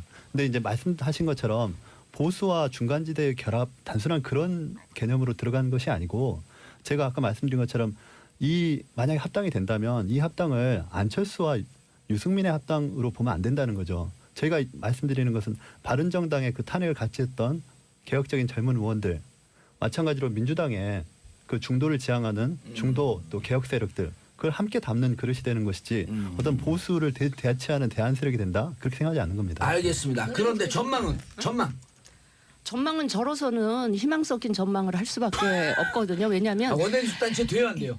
저는 된다고 믿고 있고요. 현재 거대 양당의 그 적대적 공생관계 끊임없이 정쟁을 하는 그 얘기는 충분히 그거에 하셨으니까. 피로감을 느낀 국민들이 당장 그 일상적인 삶의 고통을 느끼고 예. 우리 사회가 안고 있는 수많은 문제들을 지금 문재인 정부 하는 거 보면 그 사람들이 느끼는 삶의 고통이나 우리 사회가 안고 있는 그런 여러 가지 문제들 제가 일일이 나열은 않겠습니다만 그거를 해결할 수 있는 능력이 과연 있는가 하는 지금 이제 물음표를 지금 점점 갖기 시작하는데 예. 그분들의 그 민생과 관련한 문제를 우리가 좀 해결할 그 자유한국당도 대안이 될 수는 없다. 대안이 될 수 없다는 거는 이미 저는 그거는 평가가 근데 지난번에 일어났다고 생각하고 그러면 충분히 저는 할 수 있다고 봐요. 예. 지난번에 예산 때 국민의당이 했던 행동을 보면은 점점점 저는 소멸될 것 같아요. 국민의당이 그때 뭐 두 당이 합해서 소멸된다. 어떻게 되냐면 그 당시에 소멸될 국민의당이 거예요. 예산 때 어떤 태도를 취했냐면 민주당 여당 안 하고 야당 한국당 안 하고 가운데 숫자 이렇게 절충해 가지고 이렇게 정했거든. 근데요, 그게 어제 중도가 아니거든. 어제 근데 통합선언 하고 나서 예. 일제히 모든 당이 비판적인 그 비난하는 성명을 냈는데 제가 그걸 보면서 보통 그런 일이 있으면 의례적으로라도 그냥 영혼 없는 덕담이라도 한 영혼 없는 덕담이라도 말이라도 하는데 일제히 그 비판적인 성명을 하는 거 보고 야, 이 당들이 좀 긴장하고 그러는구나. 특히 자유한국당. 아니 저는 제 그런 입장 생각을 물어보면 했어요. 아무 얘기 안 하려 그랬는데 예. 국민의당 내부로 나온 의견만 인용해봐도 보수 패권 야합 통합 촛불혁명 거부 반역, 평화개혁 세력과 대결하려는 반민주적인 시도. 이 국당 내부에서 나온 거예요. 아니 바른정당 내부에도 마찬가지일 그분들 텐데. 있잖아요. 통합 반대하시는 극렬하게 이분들은 예, 그게 내부의 아니 저는 목소리고 그런 함께 생각이 같은 들어서 정치적 이분들은 길을 가던 민주당을 분들의 향해서 목소리죠. 우리 좀 예. 데려가 달라라는 그런 아유, 그분 너무 간절한 모욕적이시겠는데? 호소라고 저는 들었어요. 아니 저는 그렇지 중요한 지점은 맞지 이 뭐. 두 당이 소멸의 길로 가게 된 오늘날의 이 시점에서 이런 고민까지 하게 된 건 뭐냐면 극단적 중도주의자예요. 아까 차명진 의원님께서 극중주의자는 뭐냐면 이쪽에서는 사형제 찬성, 저쪽에서는 사형제 반대하니까 극중주의자는 그걸 반만 죽이자, 절충주의라고 절충주의. 반만 죽이자라고 얘기합니다. 그러니까 가치가 부재하면서 스스로들도 헷갈리신 거죠. 통합 과정에서 지금 햇볕 정책 계승 가지고 얼마나 지난하지 않았습니까? 그게 바로 스스로가 가야 할 길에 대한 스스로의 자신감이 없기 때문에. 근데 좀 저는 보시죠. 손 조금 의원님, 보시죠. 앞으로. 예, 예. 어디야 그 당에 또 중도파가 있어. 어정쩡파. 아니 저는 긍정적으로 보고 있습니다. 뭐를요? 처음에 안 될 것이라고 하는 걸? 합당하는 아닙니다. 합당하는 절차에서 죄를 충분히 부려셔야 서로 안고 갈 수 있지 않을까. 이게 당이 깨지는 일까지는 발생하지 않을 것이다. 이미 친합당으로 또 아니, 바뀌었네 저는 지금. 그렇게 보지 않습니다. 아니 제가 말씀드리는 것은 분열하지 않는 합당이 돼야 되는 것이지 분열을 낳는 합당에 대해서는 반대하는 어려워요. 것이고. 서로 그렇게 자, 욕을 하고 그리고 어떻게 아닙니다. 제가 딱 2년 됐습니다. 정치권에 입문한 지. 판사 9년에 정치권이 아니, 판사 9년 하고 지금 이제 한참 로펌 무르르 변호사로서 때려요. 한참 일을 하고 들어왔는데요. 그 정치권에서 말씀하시는 메시지들이 사실은 항상 바뀌시더라고요. 그래서 저는 충분히 2월 4일까지 기대를 걸어보고 있고 2월 4일 전당대회까지. 네네. 전당대회는 치러질 것 같아요? 지금 상목 전당대 분위기상- 이런 거 말고. 분위기상으로는 치러지지 않을까 이렇게 생각합니다. 그러니까 그 과정에서 얼마만큼 설득을 하고 이해를 하느냐의 아니 문제인 것 23개 같습니다. 지역에서 동시 전당대회 한다는 거 아니에요?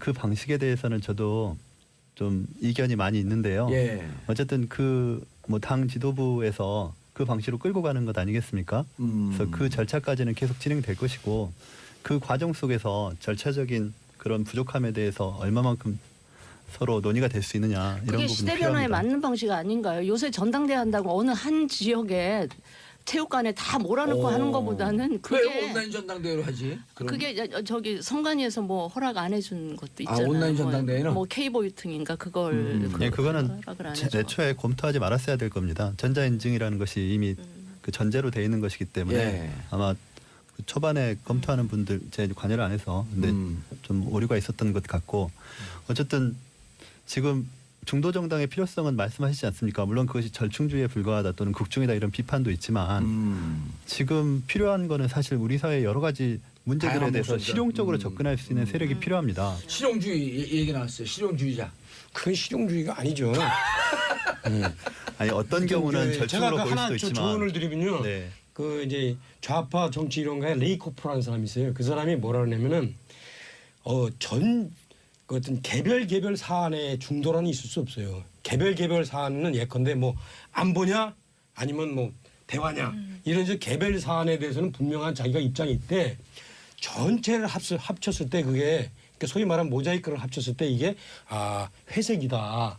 그러면 이게 이제 중도인데 내가 보니까 지금 이 국민의당 사람들은 별로 고민이 없어. 정치에 대한 고민을 안 해봐서 그런지 힘들잖아요. 아이, 많이 합니다. 전체적으로 그냥 개별 사안에 대해서 다 중간점. 네. 이런 방금 식으로- 말씀하신 건 저도 어디선가 이런 본 적이 식으로 있는 하고 얘기인데요. 있어요. 이런 예. 식으로 하고 있기 때문에 적대적 공생관계가 형성이 아니요. 이거는 인문학적으로 하시라. 한번 모셔야 될 고민 좀 것 하셔라. 네네.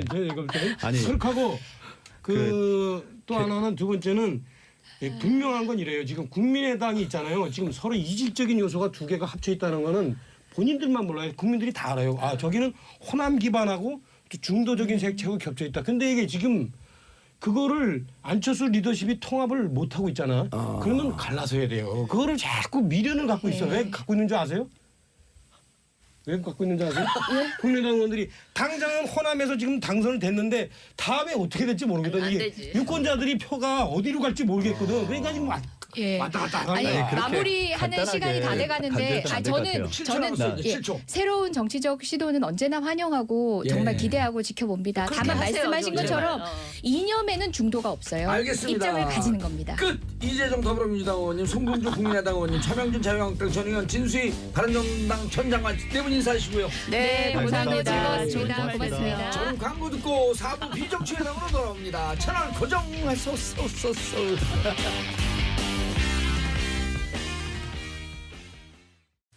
정봉주의 정치쇼 4부 순서 들어있습니다. 비정치회담. 정치 뉴스 빼고는 다 있는 그러나 바닥에는 정치가 깔려있는.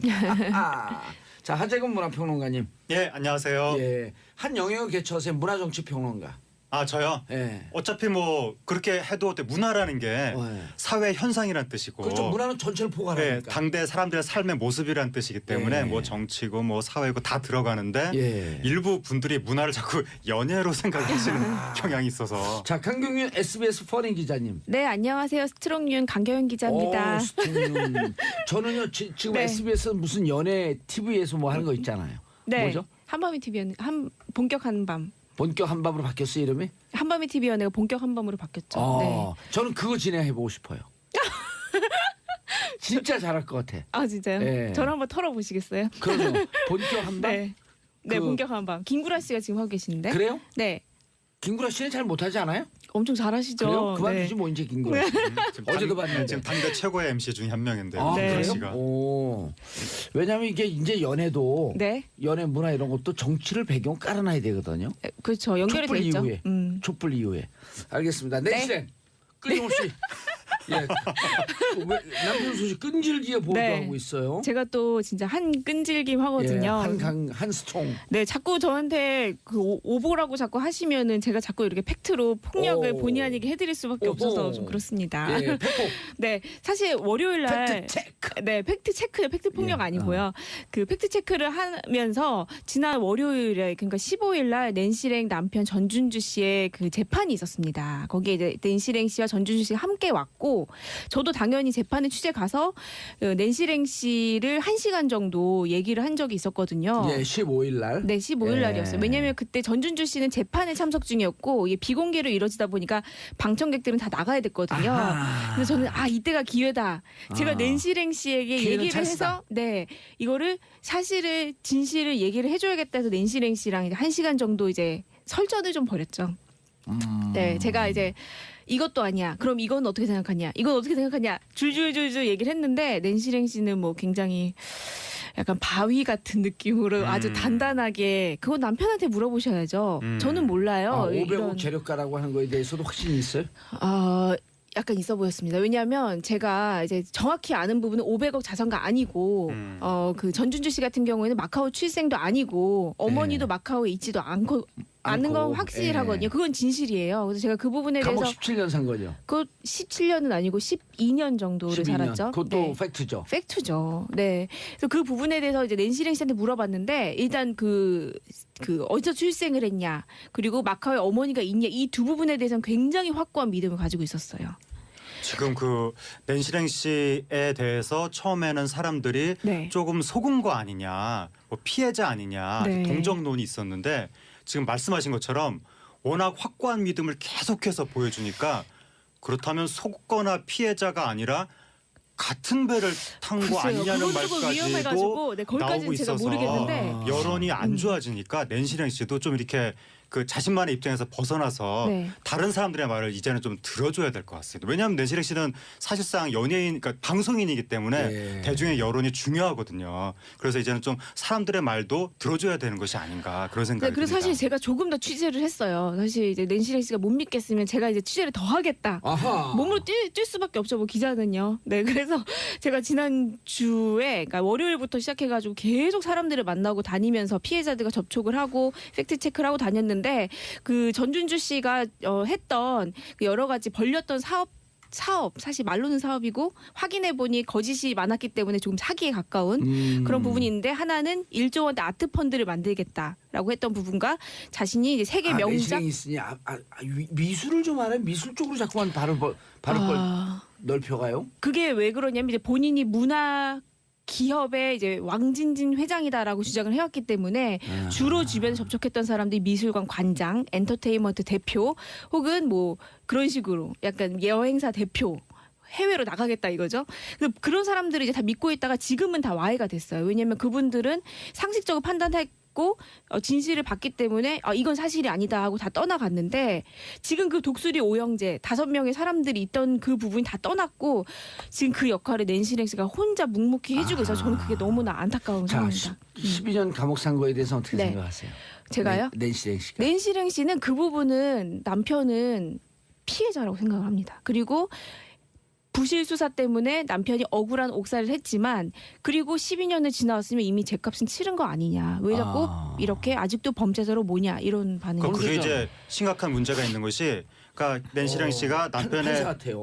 예술판 과거의 옥살이에 대해서 억울한 옥살이였다. 네. 뭐 하여튼 죄인이 아니다 이런 식으로 말을 하고 있는데 네. 문제는 과거에 특수 강도 강간 혐의를 받았다고 하는 것이거든요. 예. 라고 하는 것은 피해자가 있다는 뜻이겠죠. 피해자 한번 찾아보시죠. 어떤 그런데 피해자요? 지금 특수 아, 강도. 근데 지금 네. 그 부분에 대해서 만약에 낸시랭 씨가 억울한 옥살이였다라고 주장을 한다는 것은 과거에 있었던 피해자에 대해서 2차 가해를 가하는 것이 될 수가 있는 것이기 때문에 네. 거기에 대해서 사죄를 하기는커녕 저하고 같이 한밤 진행하실래요? 아니요, 제가 근데 사실 이 얘기를 그 하평론가님 하신 얘기를 정확하게 낸시랭 씨한테 제가 얘기를 했거든요. 어허. 그 낸시랭 씨가 남편을 옹호하기 때문에 한 발언이라서 저는 그 선의를 믿어드린다 하더라도 그게 그 과거에 있던 피해자들에게 2차 피해를 가하는 부분 분명히 아셔야 된다라고 얘기를 했는데 이제 본인은 그 부분에 대해서 제가 기자님이 아는 것보다 훨씬 더 남편에 대해서 많이 안다. 기자님은 모른다 이렇게 얘기를 해서 사실 지금 좀 그분 한번 좀 답답했습니다. 찾아보시죠. 그 제가 한번 노력해 보겠습니다.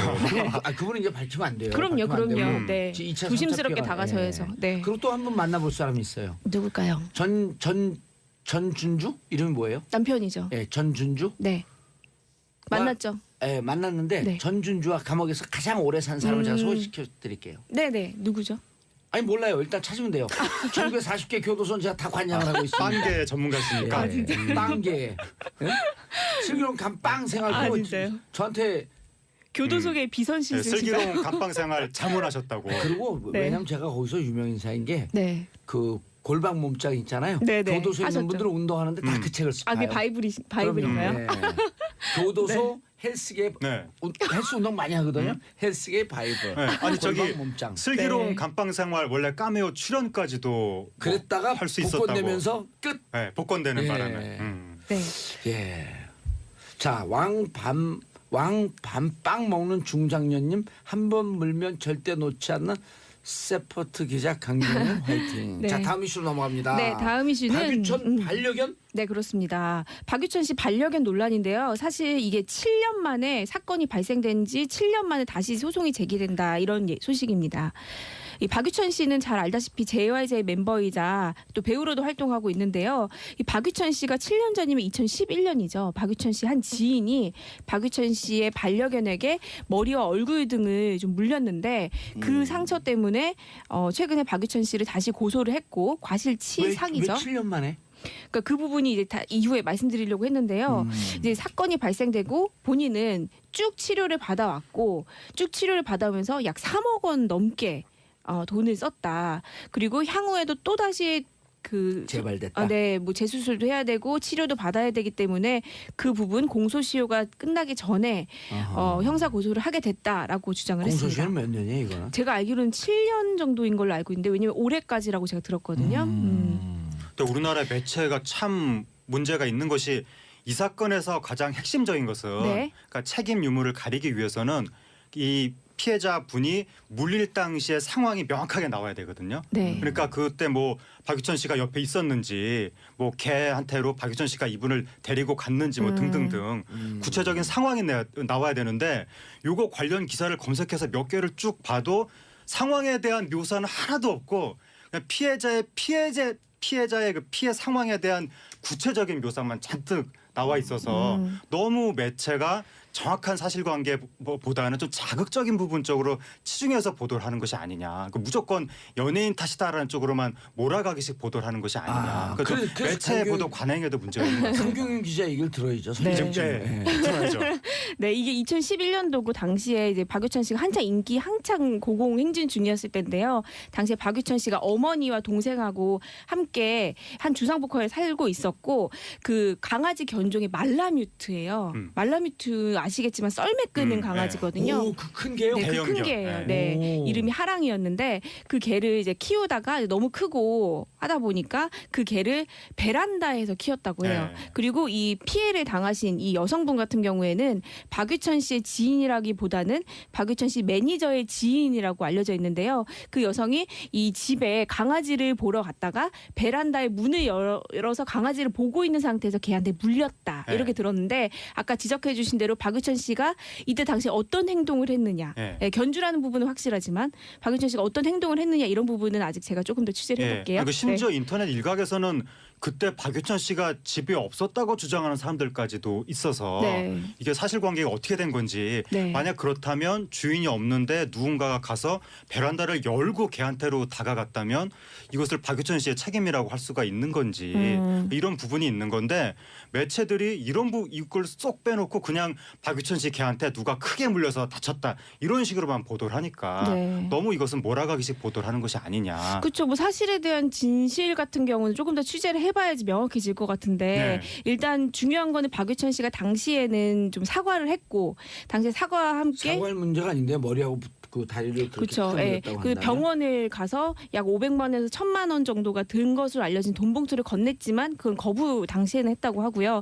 하지만 그 이어서 계속해서 이 상처 부분이 재발하고 계속해서 치료를 해야 되고 이로 인해서 우울증도 심해지고 이런 정신적 피해까지 입으면서 이 여성분이 이제 7년 만에 다시 한번 고소를 하게 됐고 이 형사 고소가 진행된다는 거는 이제 아니, 민사를 얼굴을 한다는 물렸네요, 거잖아요. 보니까. 네. 네, 얼굴하고 머리 쪽, 광대뼈 쪽에 피부가 움푹 패일 예. 정도로 아직도 좀 후유증이 있다고 하고요. 굉장히 큰 부상을 당한 건데 만약에 박유천 씨가 네. 자기한테 책임이 있는데도 불구하고 이렇게 큰 부상을 당한 분을 방치했다면 굉장한 문제가 있는 거죠. 음. 예. 그러니까 사실 규명을 하긴 해야 됩니다. 7년 전 일을 두고 피해자가 12억이나 배상을 요구했다? 네. 너무 과도한 거 아니냐는 여론도 있었는데요. 지금 상처를 보니까 20반, 30반을 뭐 11cm 꾸매고 얼굴 부분이 입술 끝 쪽이 물어뜯기고 단순히 피부 표면만 꿰맨 게 아니고 속에서부터 4겹, 5겹 올라오면서 꿰맸고 광대 부분은 조직이 일부 소멸됐다. 그러니까 지난 7년 동안 병원비만 3억 2천만 원이 들어갔다는 거예요. 앞으로 더 들어가야 되고 또 치료를 계속해야 되는 굉장히 큰 중상인데 문제는 그 왜 그때 중상이 얘기를 안 했지? 그 중상이 왜 생겼는지 생겼을 당시의 상황이 지금 나오지 않고 있는 겁니다. 네, 아까 질문이 뭐였죠? 아니 이게 왜 그때는 문제가 안 됐죠? 아, 이 여성분이 그러니까 왜 7년 만에 했냐 이게 사실 비난 여론이 좀 있었거든요. 네. 왜냐하면 이제 박유천 씨가 지금 계속해서 그런 법적인 소송이 계속해서 불거지면서 이거 혹시 합의금을 노리고 한 거 아니냐 뒤늦게 이런 그런 비판적인 여론도 있어서 이 여성분이 인터뷰를 했는데 이제 본인은 박유천 씨한테 연락을 취해서 보상을 요구할 수 있었지만 다시 박유천 씨하고 막 그런 공방을 치르는 그런 부분들이 좀 다시 한번 그 상처에 대한 부분을 드러내는 게 돼서 정신적으로 힘들어서 지금까지는 미뤄왔다. 근데 더 설득력이 이상은 떨어지는데요. 네, 미룰 수가 없었다. 이렇게 주장을 하고 있었죠. 근데 우리나라 네. 매체에 몰아가기식 보도가 문제가 있는 것이 얼마 전에 최시원 씨, 예. 슈퍼주니어 최시원 씨 개가 어떤 분을 물었는데 그분이 돌아가셨다라고 해서 예. 최시원 씨 개 때문에 돌아가셨다는 식으로 거의 대부분의 매체가 그렇게 보도를 아니, 근데 했는데 매체비 비용 그만 끝내시고요. 예. 근데 팩트 접근을 하셔야지 이제. 네, 그 지난해 팩트가 10월이었죠. 매우 중요한 팩트인데도 불구하고 보도가 안 나온다는 게 문제인 거죠 지금 핵심적인 그 팩트에 대해서 그 물릴 당시의 그러니까 상황이 한경희 씨가 어땠는지 맞죠. 근데 지금 그러니까 아직 미스테리에 쌓여 있는 거죠 물릴 당시의 상황이 어땠는지 박유천 씨가 어떤 역할을 했는지 네, 네, 그 부분은 제가 그러니까 이게 알아볼게요. 엄청난 화제가 되고 수많은 보도가 나왔는데도 어떻게 그렇게 핵심적인 부분에 대해서 다들 빼먹을 수가 있느냐. 결국은 핵심적인 부분은 중요하지 않고 이건 연예인 탓이다라고 몰아가기식으로 보도를 하려고 하는 매체들의 속성이 있다는 그러지 겁니다. 않는데요. 연예인 탓이다 그런 게 아니라 이분이 너무 과한 박유천 씨 동정 여론이 더 많다는데요, 현재는? 네, 현재는 좀 그런 편이죠. 아까 처음에는 뭐 동정 여론이 있다가 나중에 피해자가 상처가 엄청 크다고 하니까 그러면 이제 피해자도 그럴 만하다 그래도 이런 식으로 그래도 여론이 동정 바뀐 여론이 건데 근데 하여튼 중요한 건 그게 아니라 이게 굉장히 화제가 된 네. 사안인데 어. 정작 핵심은 빼놓고 보도를 한다는 겁니다. 우리나라 매체가. 그래서 지금 여기에 대해서 우리가 가타부타 말을 할 수가 없는 판단을 내릴 수가 그래요? 없는 이 사건에 근데 대해서. 최시원 씨 같은 경우는요, 사실 어쨌든 뭐 그게 직접적으로 사인이 뭐냐 이렇게 하기보단 네. 유가족은 어쨌든 간에 그런 부분에 대해서 직접적인 사인이었다고 주장을 하고 있는 거고 그러니까. 폐혈증이었다고 하니까요. 네. 근데 이제 문제는 목줄을 하지 않았다는 거. 예. 그리고 강아지가 여러 번 물었던 전력이 있는데도 강아지 잘 보호하지 않았다는 것 때문에 그러니까 그 사건도 논란이 돼서 사인이 폐혈증인데 폐혈증의 원인이 뭐 녹농균이라고 하는데 녹농균이 어디서 감염됐는지는 모르는데도 불구하고 그게 실체 사건의 핵심인데 네. 그동안 매체들은 무조건 최시원 씨 개가 물어서 사망했다 이런 식으로 몰아가기식 보도를 했다는 것이 상당히 심각한 문제가 있는 거죠. 근데 가족들은 그 개에 물린 후유증으로 녹농균이 생겼다 이렇게 얘기하는 거 아니에요? 그분들이 뭐라고 말씀하시는지는 더 구체적으로 들어봐야 될 것 같은데 어쨌든 지금까지 나와 있는 것은 개한테 물려서 녹농균에 감염될 가능성은 매우 희박하다라고 네. 매체 나와서 비평 그만 하려는데요? 그럼 뭘 해야 되지? 그래서 사실 근데 아니 왜 그러니까 네, 개들 그러니까 문제의 핵심은 매체들의 잘못된 보도 행태에 있다. 그래요? 네, 여기서 짚을 문제의 핵심은. 아니죠, 반려견 관리가 문제죠. 근데 이 박유천 씨 사건의 경우에 반려견 관리에 문제가 있는지 없는지를 우리가 모른다는 거죠. 모르는데 그게 문제가 있다라고 결론을 내린다는 거죠, 사람들은. 그거는 그렇게- 본격적으로 이제 예. 좀 소송이 진행되고 하면은 예. 드러날 부분이고 저희가 의도적으로 감추거나 예. 뭐 몰아가기식으로 예. 하려고 했던 건 아니니까. 아니 피해자 입장에서 들으면 우리 누구예요 여기 하정은 박유천 씨. 평론가 얘기 들으면 너무 억울할 것 같아요. 아니요, 피해자 피해자한테. 입장이 문제가 아니라 사실관계가 중요한 거잖아요. 네. 근데 반려견 관리가 어땠는지를 모르는 상태에서 반려견 관리가 문제라고 결론을 내려버리는 사회 현상이 문제인 겁니다. 지금 당장은.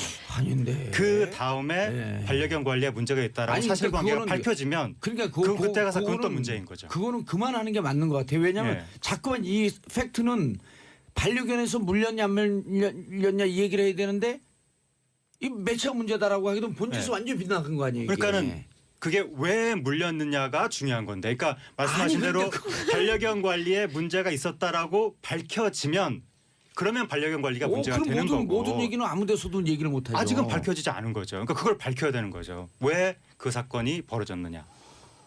예, 아니 그 벌어진 거를 보도할 수 있는 범위 내에서는 보도하고 그 정도에서 또 얘기를 하고 그래야지 자꾸만 매체로 하게 되면 이 팩트는 피해가는 거죠. 네, 그냥. 하평론가님, 예. 일단 이 최시원 씨 당시의 그럼, 사건 예. 이후에 굉장히 그 공분을 산 여론이 많았던 건 그러니까요. 사실이잖아요. 그러니까 근데 얘기하는 거죠. 당시에 그 최시원 씨는 과태료 5만 원 정도에 이제 그치는 이제 현행법상 그렇게밖에 네. 할 수 없는 부분이 있어서 좀 그것 때문에 관리 소홀에 대한 부분이 많이 사회적으로 이슈가 됐던 것 같습니다. 3월부터 보세요. 개파르치 제도가 시행하는데 반려견 목줄이 2m 넘으면 과태료를 부과하게 됐고 또 뭐가 있어요?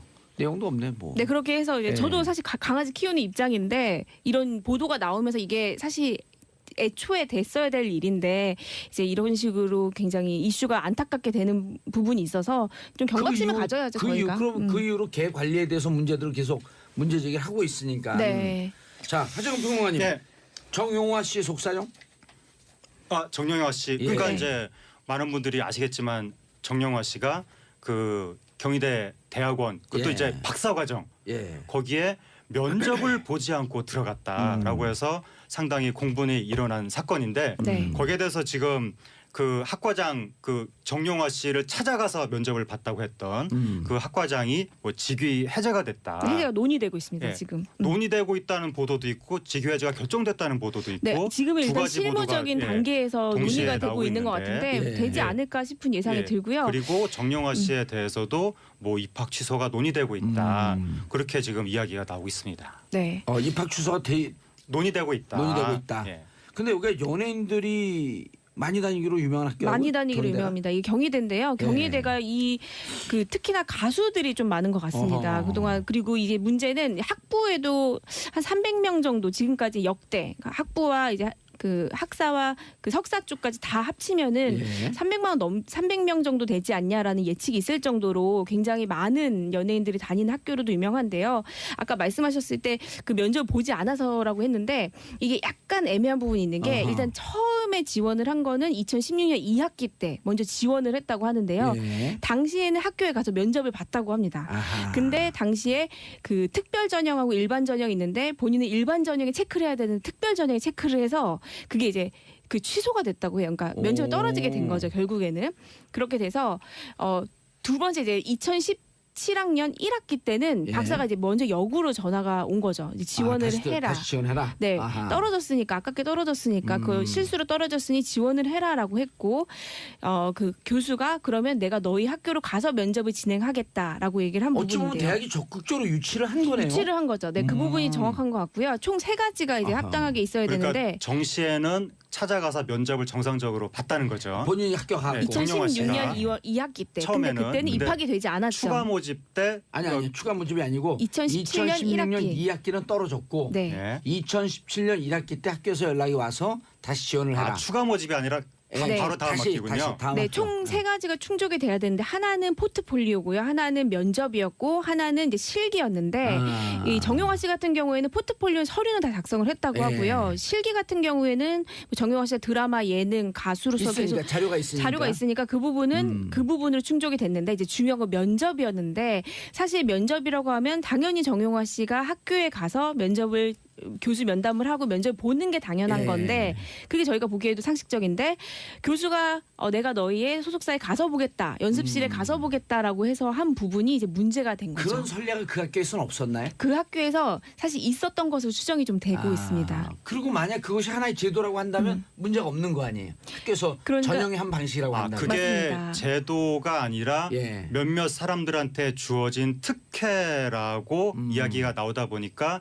사회적으로도 문제가 되고 경희대 내부에서 뭐 직위 해제를 한 해 만에 지금 논의를 한다는 것만 보더라도 스스로도 문제가 이게 됐다. 문제라는 것을 인정을 한다고 봐야죠. 네, 학교에서는 사실 이게 규정이 명확하지가 않고 일임한다. 그러니까 선발 과정에 대해서는 교수에게 일임한다 이런 부분이 있기 때문에 좀 애매하다고 해요. 학칙으로 딱 명확히 그래도 나누기가. 우리 일반 청취자나 일반 학생들 그렇죠. 보기에 우리라고 그러면 그렇죠. 우리가 바쁘니까 우리 회사에서 면접 보세요 그러면 왔겠냐 이거예요. 그렇죠. 안 오죠. 연예인으로서의 어떤 특혜를 준 건 사실인데 이게 예. 부정 입학이냐 아니냐에 대한 부분에서 정용화 씨는 그 부분은 약간 억울하다 이런 입장인 것 같습니다. 예. 왜냐하면 본인이 정유라 같은 경우에는 한 명을 밀어내고 자기가 그 자리에 아하. 가서 부정 입학이 명확한 거지만 정용화 씨 경우에는 그때 미달이었습니다. 미달이었다고 네, 그러더라고요. 미달이어서 본인이 들어가도 떨어진 사람이 없었기 때문에 이게 부정 입학으로만 비춰지는 거는 좀 억울하다. 근데 이런 정영화 속내인 씨가 거죠. 해명을 했잖아요. 네. 어쨌든 그래서 특혜 받았으므로 네. 죄송합니다가 아니라 네. 난 모르고 소속사에서 한 일이다. 맞아요. 예. 라고 발뺌형식으로 하니까 더 불을 그렇죠. 질러버렸잖아요. 본인은 무지했다. 그러니까 정확하게는 이제 본인의 잘못은 무지였다라고 얘기를 한 건데 일반인들이 제가 한 보기에는 말씀드릴게요. 네. 법률 용어로 무지는 면책 사유가 아니다. 아닌가요? 그럼 면책 사유가 아니에요. 근데 정영화 근데 그거 씨가 맞는데. 실제로 대학원 입학 과정을 몰랐을 가능성이 높아 보이고 예. 더 문제는 그 교수와 끝났어요. 소속사가 아닌가 예. 그렇게 생각이 됩니다. 알겠습니다. 자, 두 분 인사하시고요. 네, 감사합니다. 감사합니다. 네, 저는 내일 토요일 11시에 다시 찾아오겠습니다. 평화를 사랑하는 국민 여러분 감사합니다. 땡큐. 피스 코리아.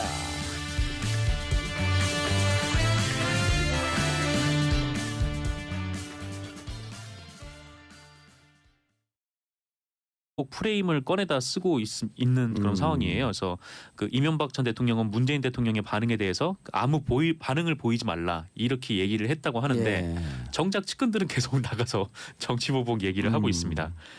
김두우 전 청와대 홍보수석은 그 노무현 전 대통령이 돌아가시는 바람에 검찰이 많은 부분을 덮은 걸로 알고 있다. 저희들도 이전 투구 한번 해볼까요? 뭐 이런 식으로 얘기를 했다고 하고요. 김두우요. 네네. 아, 우리 이거 그 뉴스 브리핑 하기 전에 김두우 스토리 한번 얘기해 줄까요, 제가? 네, 어떤 스토리인가요? 그거 해도 되나요, 작가님들? 김두우 스토리.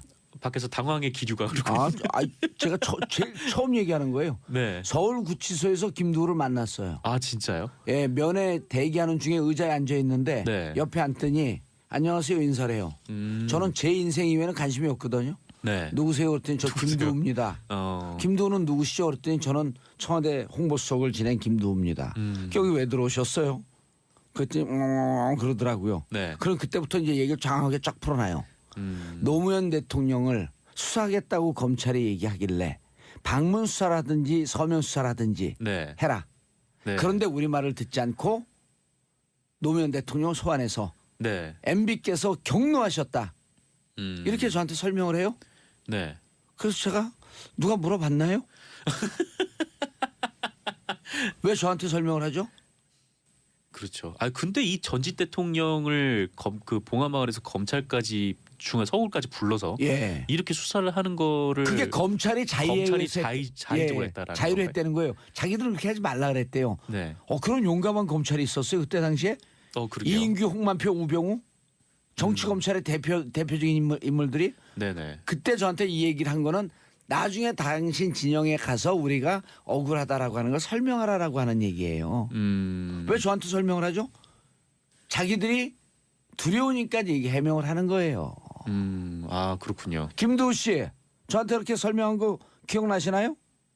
저 누군지 아세요? 대한민국 정봉주입니다. 네, 어제가 김두가 이제 이전 투구 한번 해볼까 뭐 이렇게 한번 얘기했다고 하고. 해볼까요? 예, 문재인 대통령으로 가기 전에 생각지 못한 곳에서 정봉주를 시작되네요. 거쳐야 됩니다. 네 그렇게 얘기했고 예. 이재호 전 특임장관은 전전 정권의 문제를 거슬러 잡아간다면 예. 전전전 정권은 무사하냐 뭐 이렇게 얘기를 했다고 합니다. 해보세요. 전쟁은 입으로 합니까? 그렇죠. 이 자꾸 뭐가 있다는 식으로 얘기를 예. 하는데 이제 문제는 자꾸 뭐가 있다는 식으로만 얘기를 하는 게 식으로만. 네. 예. 그게 좀 문제인 것 같아요. 어쨌든 그렇습니다. 아 재밌어요 이분들. 감옥 가서도 이렇게 큰 소리 치나 한번 봅시다.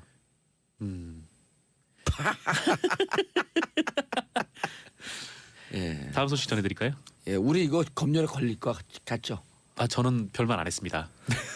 이분은 이름이요 미디어 오늘의 정상정 기자입니다. 비겁하게 혼자 빠지려고. 네, 같이 빠지시죠. 네, 다음 소식 전해드릴까요? 예. 네. 김인호. 오. 전에 나왔어요 몇 드디어. 번 말씀하셨죠. 네, 그 이명박 전 대통령의 배우자인 김윤옥 여사가 예. 이명박 대통령 재임 시절 건방지게 여사가 뭐예요? 김인호 여사님. 네, 께서 그냥 여사라고 하겠습니다. 그 국가정보원 특활비로 명품을 구입했다라는 폭로가 나왔습니다. 오. 박홍근 더불어민주당 원내수석 부대표의 주장인데요. 그 예. 김희중 전 대통령 1부속 실장의 검찰 진술 내역을 그 제보받았다라고 하면서 이렇게 말을 했습니다. 박홍근 의원은 어제 이명박 전 대통령이 기자회견을 한 것도 엊그제 예. 기자회견을 한 것도 이 김희중 전 실장의 진술이 큰 영향을 미쳤다라고 주장을 하고 있는데요. 예. 이 박홍근 의원에 따르면 그 문제의 진술은 이 김희중 전 실장이 특활비 1억 원을 국정원으로부터 받아서 예. 이걸 달러로 바꾼 다음에 김윤옥 여사를 보좌하는 당시 청와대 이부속 비서관실에 예. 부속실장에게 줬고 이 돈을 이명박 전 대통령 해외 순방 중에 그 명품 등을 구입하는 데 썼다라는 예. 것입니다. 달러로 환전까지 해서 줬다는 거 아니에요? 네, 달러로 환전을 해서 그 이부속실에 줬다는 거죠. 아하. 그 이명박 전 대통령 측은 이 김윤옥 여사가 2011년 미국에 방문할 때 명품을 구입했다는 게 말이 안 된다. 그때 뭐 일정상 보면은 예. 항상 대통령이랑 붙어 다니게 돼 있고 뭐 거의 뭐 쇼핑을 할 시간적 여유도 없었다라고 이렇게 주장을 하고 있는데 예. 뭐 당시에도 뭐 김윤옥 여사가 뭐 특정 브랜드의 그 매장을 예. 네, 그 문을 닫아놓고 쇼핑했다 뭐 이런 일종의 지라시라고 할까요? 하여튼 그런 그런 것도 좀 돌았다고 첩보가 하고. 정보가 돌았죠. 네네. 예. 이때 당시 국정원 기조실장은 누구냐면요. 모경만 실장입니다. 모경만 실장이요. 예, 모경만 실장. 네. 그래서 지금은 5억 5천 나왔지만 앞으로 특활비 더 나옵니다. 네. 박홍근 의원님 궁금하면 저한테 전화하세요. 010-4336-0515. 010-4336-0515. 전화번호를 방송 중에. 네, 예. 그렇군요. 앞으로 나올 게 줄줄이에요. 그 제가 4개월 전서부터 리모델링 할 필요 있으면 리모델링 해서 네네. 예. 그리고 시멘트로 짓는 거 아니에요, 집들은. 그렇죠. 시멘트 굳는 걸 양생이라 그러거든요. 양생 기간이 몇 년쯤 될 것 같아요. 다 굳는데. 그건 잘 모르겠어요. 시멘트 양생은 100년이 간다 그래요. 그렇게는 오래 걸려요? 그럼요. 아. 그래서 100년까지는 구조적으로 문제가 없으면 리모델링 해갖고 네. 좀 편리하게 쓸 수 있다. 그 사회가 자꾸만 때려부시고 새로 짓고 네. 그 MB가 했던 뉴타운 아니에요? 그렇죠. 예전에 예. 뭐 그런 것들이 있었는데. 유럽에 가면 좋은 관광지가 골목길 관광지예요. 진짜 유럽 주요 도시에 가면은 아파트 같은 게 많이 잘 안 보이긴 하죠. 예. 네. MB가 콜로세움 보고 한탄했대잖아요. 저걸 때려 부셔야 되는데. 금싸라기 라는 설이 땅이니까. 있습니다. 그래 유적지 다 때려 부셔야 돼요. 네. 그리고 새로 아파트 져야 되니까. 음. 아하. 정상 기자님. 네. 오늘 뭐 끝났나요? 한 것도 없이 끝났네. 그러게요. 예, 인사하시고요. 네, 감사합니다. 예, 저는 잠시 뒤에 여의도 UFC로 돌아옵니다. 채널 고정하소서소소.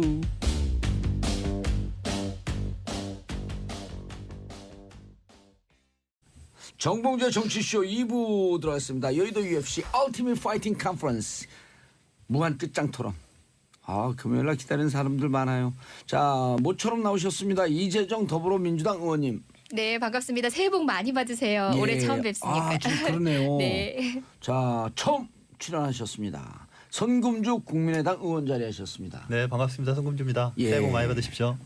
그리고 전 재선, 전 장관, 전 최고, 전직 전문 진수희 바른정당 전 최고위원 네, 바른정당의 자리하셨습니다. 진수입니다. 반갑습니다. 무슨 장관 하셨어요? 보건복지부입니다. 몇 년? 한 13개월 했고요. 예. 그때 일 많이 했어요. 그때 예. 현역 의원이었죠.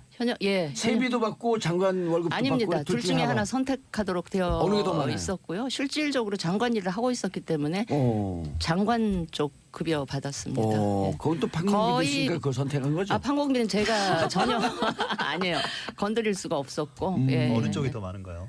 아니 장관이 거의 많죠. 비슷해요. 거의 비슷한데 판공비 쓸 수 있는 그 법인카드 우리는 특활비가 배정된 부서가 아니었어요. 요즘 오. 한창 문제가 되는. 안 친이기 때문에 근데 특하면 아예 원래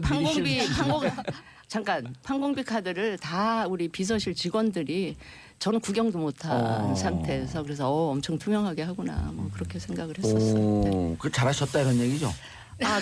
장관은 잘했는데 아니요, 대통령 잘못했다. 일을 열심히 했고요. 예. 그때 이제 제가 한 가지 잠깐 바로 잡을게요. 우리 국민들이 장관 뭐 하루만 해도 뭐 연금 받는다 이런데 그거 전혀 사실이 아니라는 거를 그래요? 다시 한번 말씀을 드립니다. 예. 진수희 의원님이요. 그 방송 분량에 대한 욕심이 많으셔요. 기회 아니에요. 오면은 끝까지 갑니다.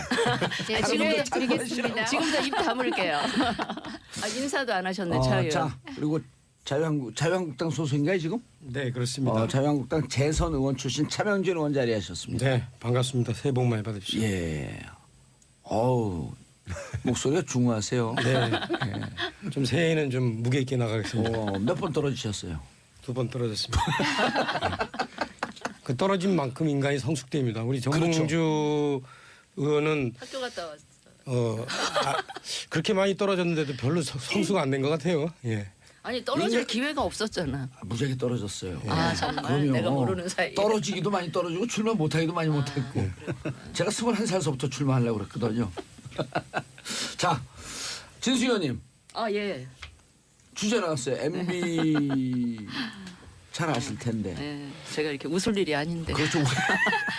네. 어제 그저께 골목 성명이 아니라 콜록 성명 보셨죠? 콜록 성명이라 그래요, 또. 예. 예. 왜 그렇게 기침을 많이 하셨어요? 제가 알기로 그분이 원래 기관지 호흡기가 잘 안 좋아서 평소 때도 기침은 늘 많이 하시는데 아마 요즘 왜 감기 굉장히 유행하잖아요. 또 감기도 걸리시지 않았을까. 예. 저는 그렇게 생각하면서 좀 봤고요. 현장 참모들은 좀 울컥해서 그랬다라고 하는 말씀들을 하시던데. 모르겠어요. 현장에서 보신 분들이 더 가까이서 뵀으니까 뭐 그런가 싶긴 한데 또 그 양반이 또 그렇게 또 나약하신 분이 아니라서 그랬을까 싶어요. 예. 아니 이제껏 나약한 모습 못 봤는데 멀리서 보신 또 국민들은 그런 얘기도 하시더라고요. 많이 초조하구나.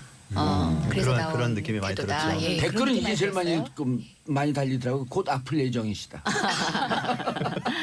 아니 뭐 아주 평상심이기야 하겠어요. 그럼요. 그 아래 자기 돕던 그 참모들이 다 줄줄이 이제 구속되고 그러는데 그렇게 평상심일 수는 없겠지. 예. 근데 어떤 분들은 이제 구속될 분들이 구속될 때는 초조하지 않으시다가 김희중 부속실장이 구속되지 않으니까 그때부터 초조해지신다 이런 얘기도 평가가 있더라고요. 근데 김희중 그 제일 부속실장 보면서 충격은 좀 받으셨고. 과거에 98년도에 그 수행비상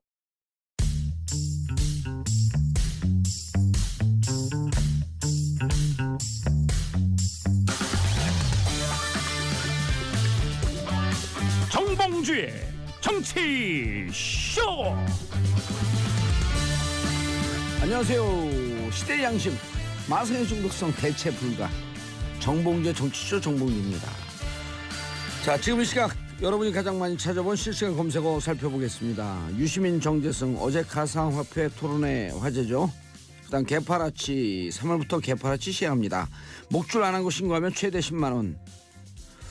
재건축 연한 김현미 장관이 40년으로 연한을 늘리는 방안을 시사했죠. 자, 이 중에 봉도사 뽑은 오늘의 실시간 검색어 유시민 정재승. 유 장관님, 우리는 블록체인 기술 없어도 살아갈 수 있는 나이지만요. 10대, 20대, 30대는요. 블록체인 없으면 살아갈 수 없습니다. 그들 인생에 고춧가루 뿌리지 마세요. 모르면 공부하세요. 자, 오늘 첫 곡 자우림 헤이 헤이 헤이. 블록체인 모르는 사람들에게 헤이 헤이 헤이.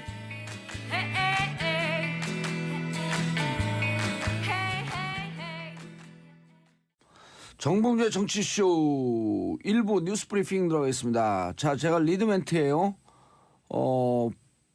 블록체인 기술을 얘기했더니 비트코인 사라는 거냐? 그런 뜻이 아니고요. 블록체인 기술을 죽일 수 없다. 그리고 블록체인 기술은 가상화폐의 기초이기도 하지만 여러 가지 기술로 쓰이는데 블록체인 기술을 죽일 수 없다는 뜻으로 얘기한 겁니다. 사라 마라고 하는 가치 판단을 드린 건 아닙니다. 오해 없으시길. 자, 함께 하실 분 정상근 미디어 오늘 기자 자리하셨습니다. 네, 안녕하십니까. 미디어 오늘 정상근 기자입니다. 예, 일본이 아주 얄미운 야심찬 계획을 꾸미고 있어요. 일본이요? 예. 네. 우리나라 비트코인 시장, 가상화폐 시장이 무너지는 조짐을 보이니 네. 그거 우리가 먹어야겠다. 전 세계에서 거의 최초로 지난해 4월에 암호화폐를 거래 결제 수단으로 인정했잖아요. 그리고 합법적으로 끌어들면서 온갖 세금 때리고. 그래요? 그러면 네. 일본이 가상화폐 거래 종주국으로 만들겠다. 그리고 그 계기를 2020년 동경올림픽을 계기로 종주국이 되겠다. 그럴 때 우리는 뭐 하고 있을까요? 그런 거에 대해서 문제제기를 하는 겁니다. 네. 이해하시죠? 네, 맞습니다. 사람 말라 아니에요. 네.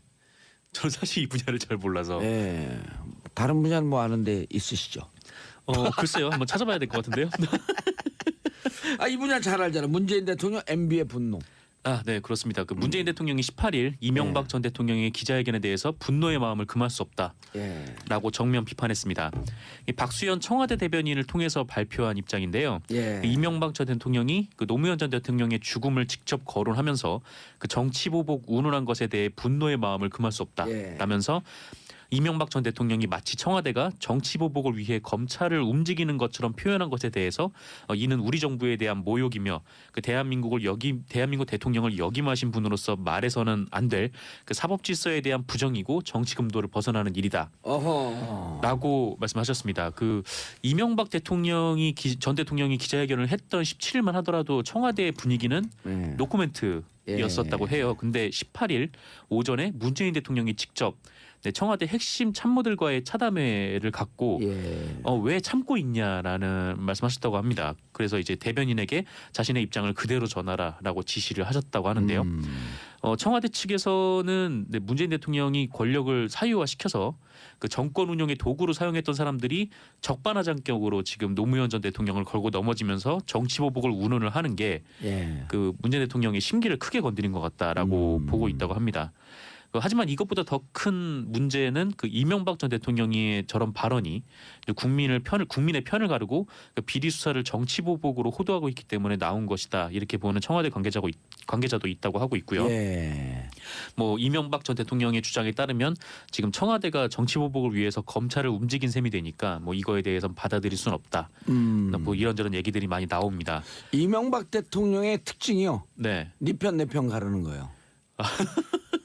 서울과 지방, 영남과 호남, 강남과 강북, 기독교와 비기독교 이렇게 편 나누는데 선수예요.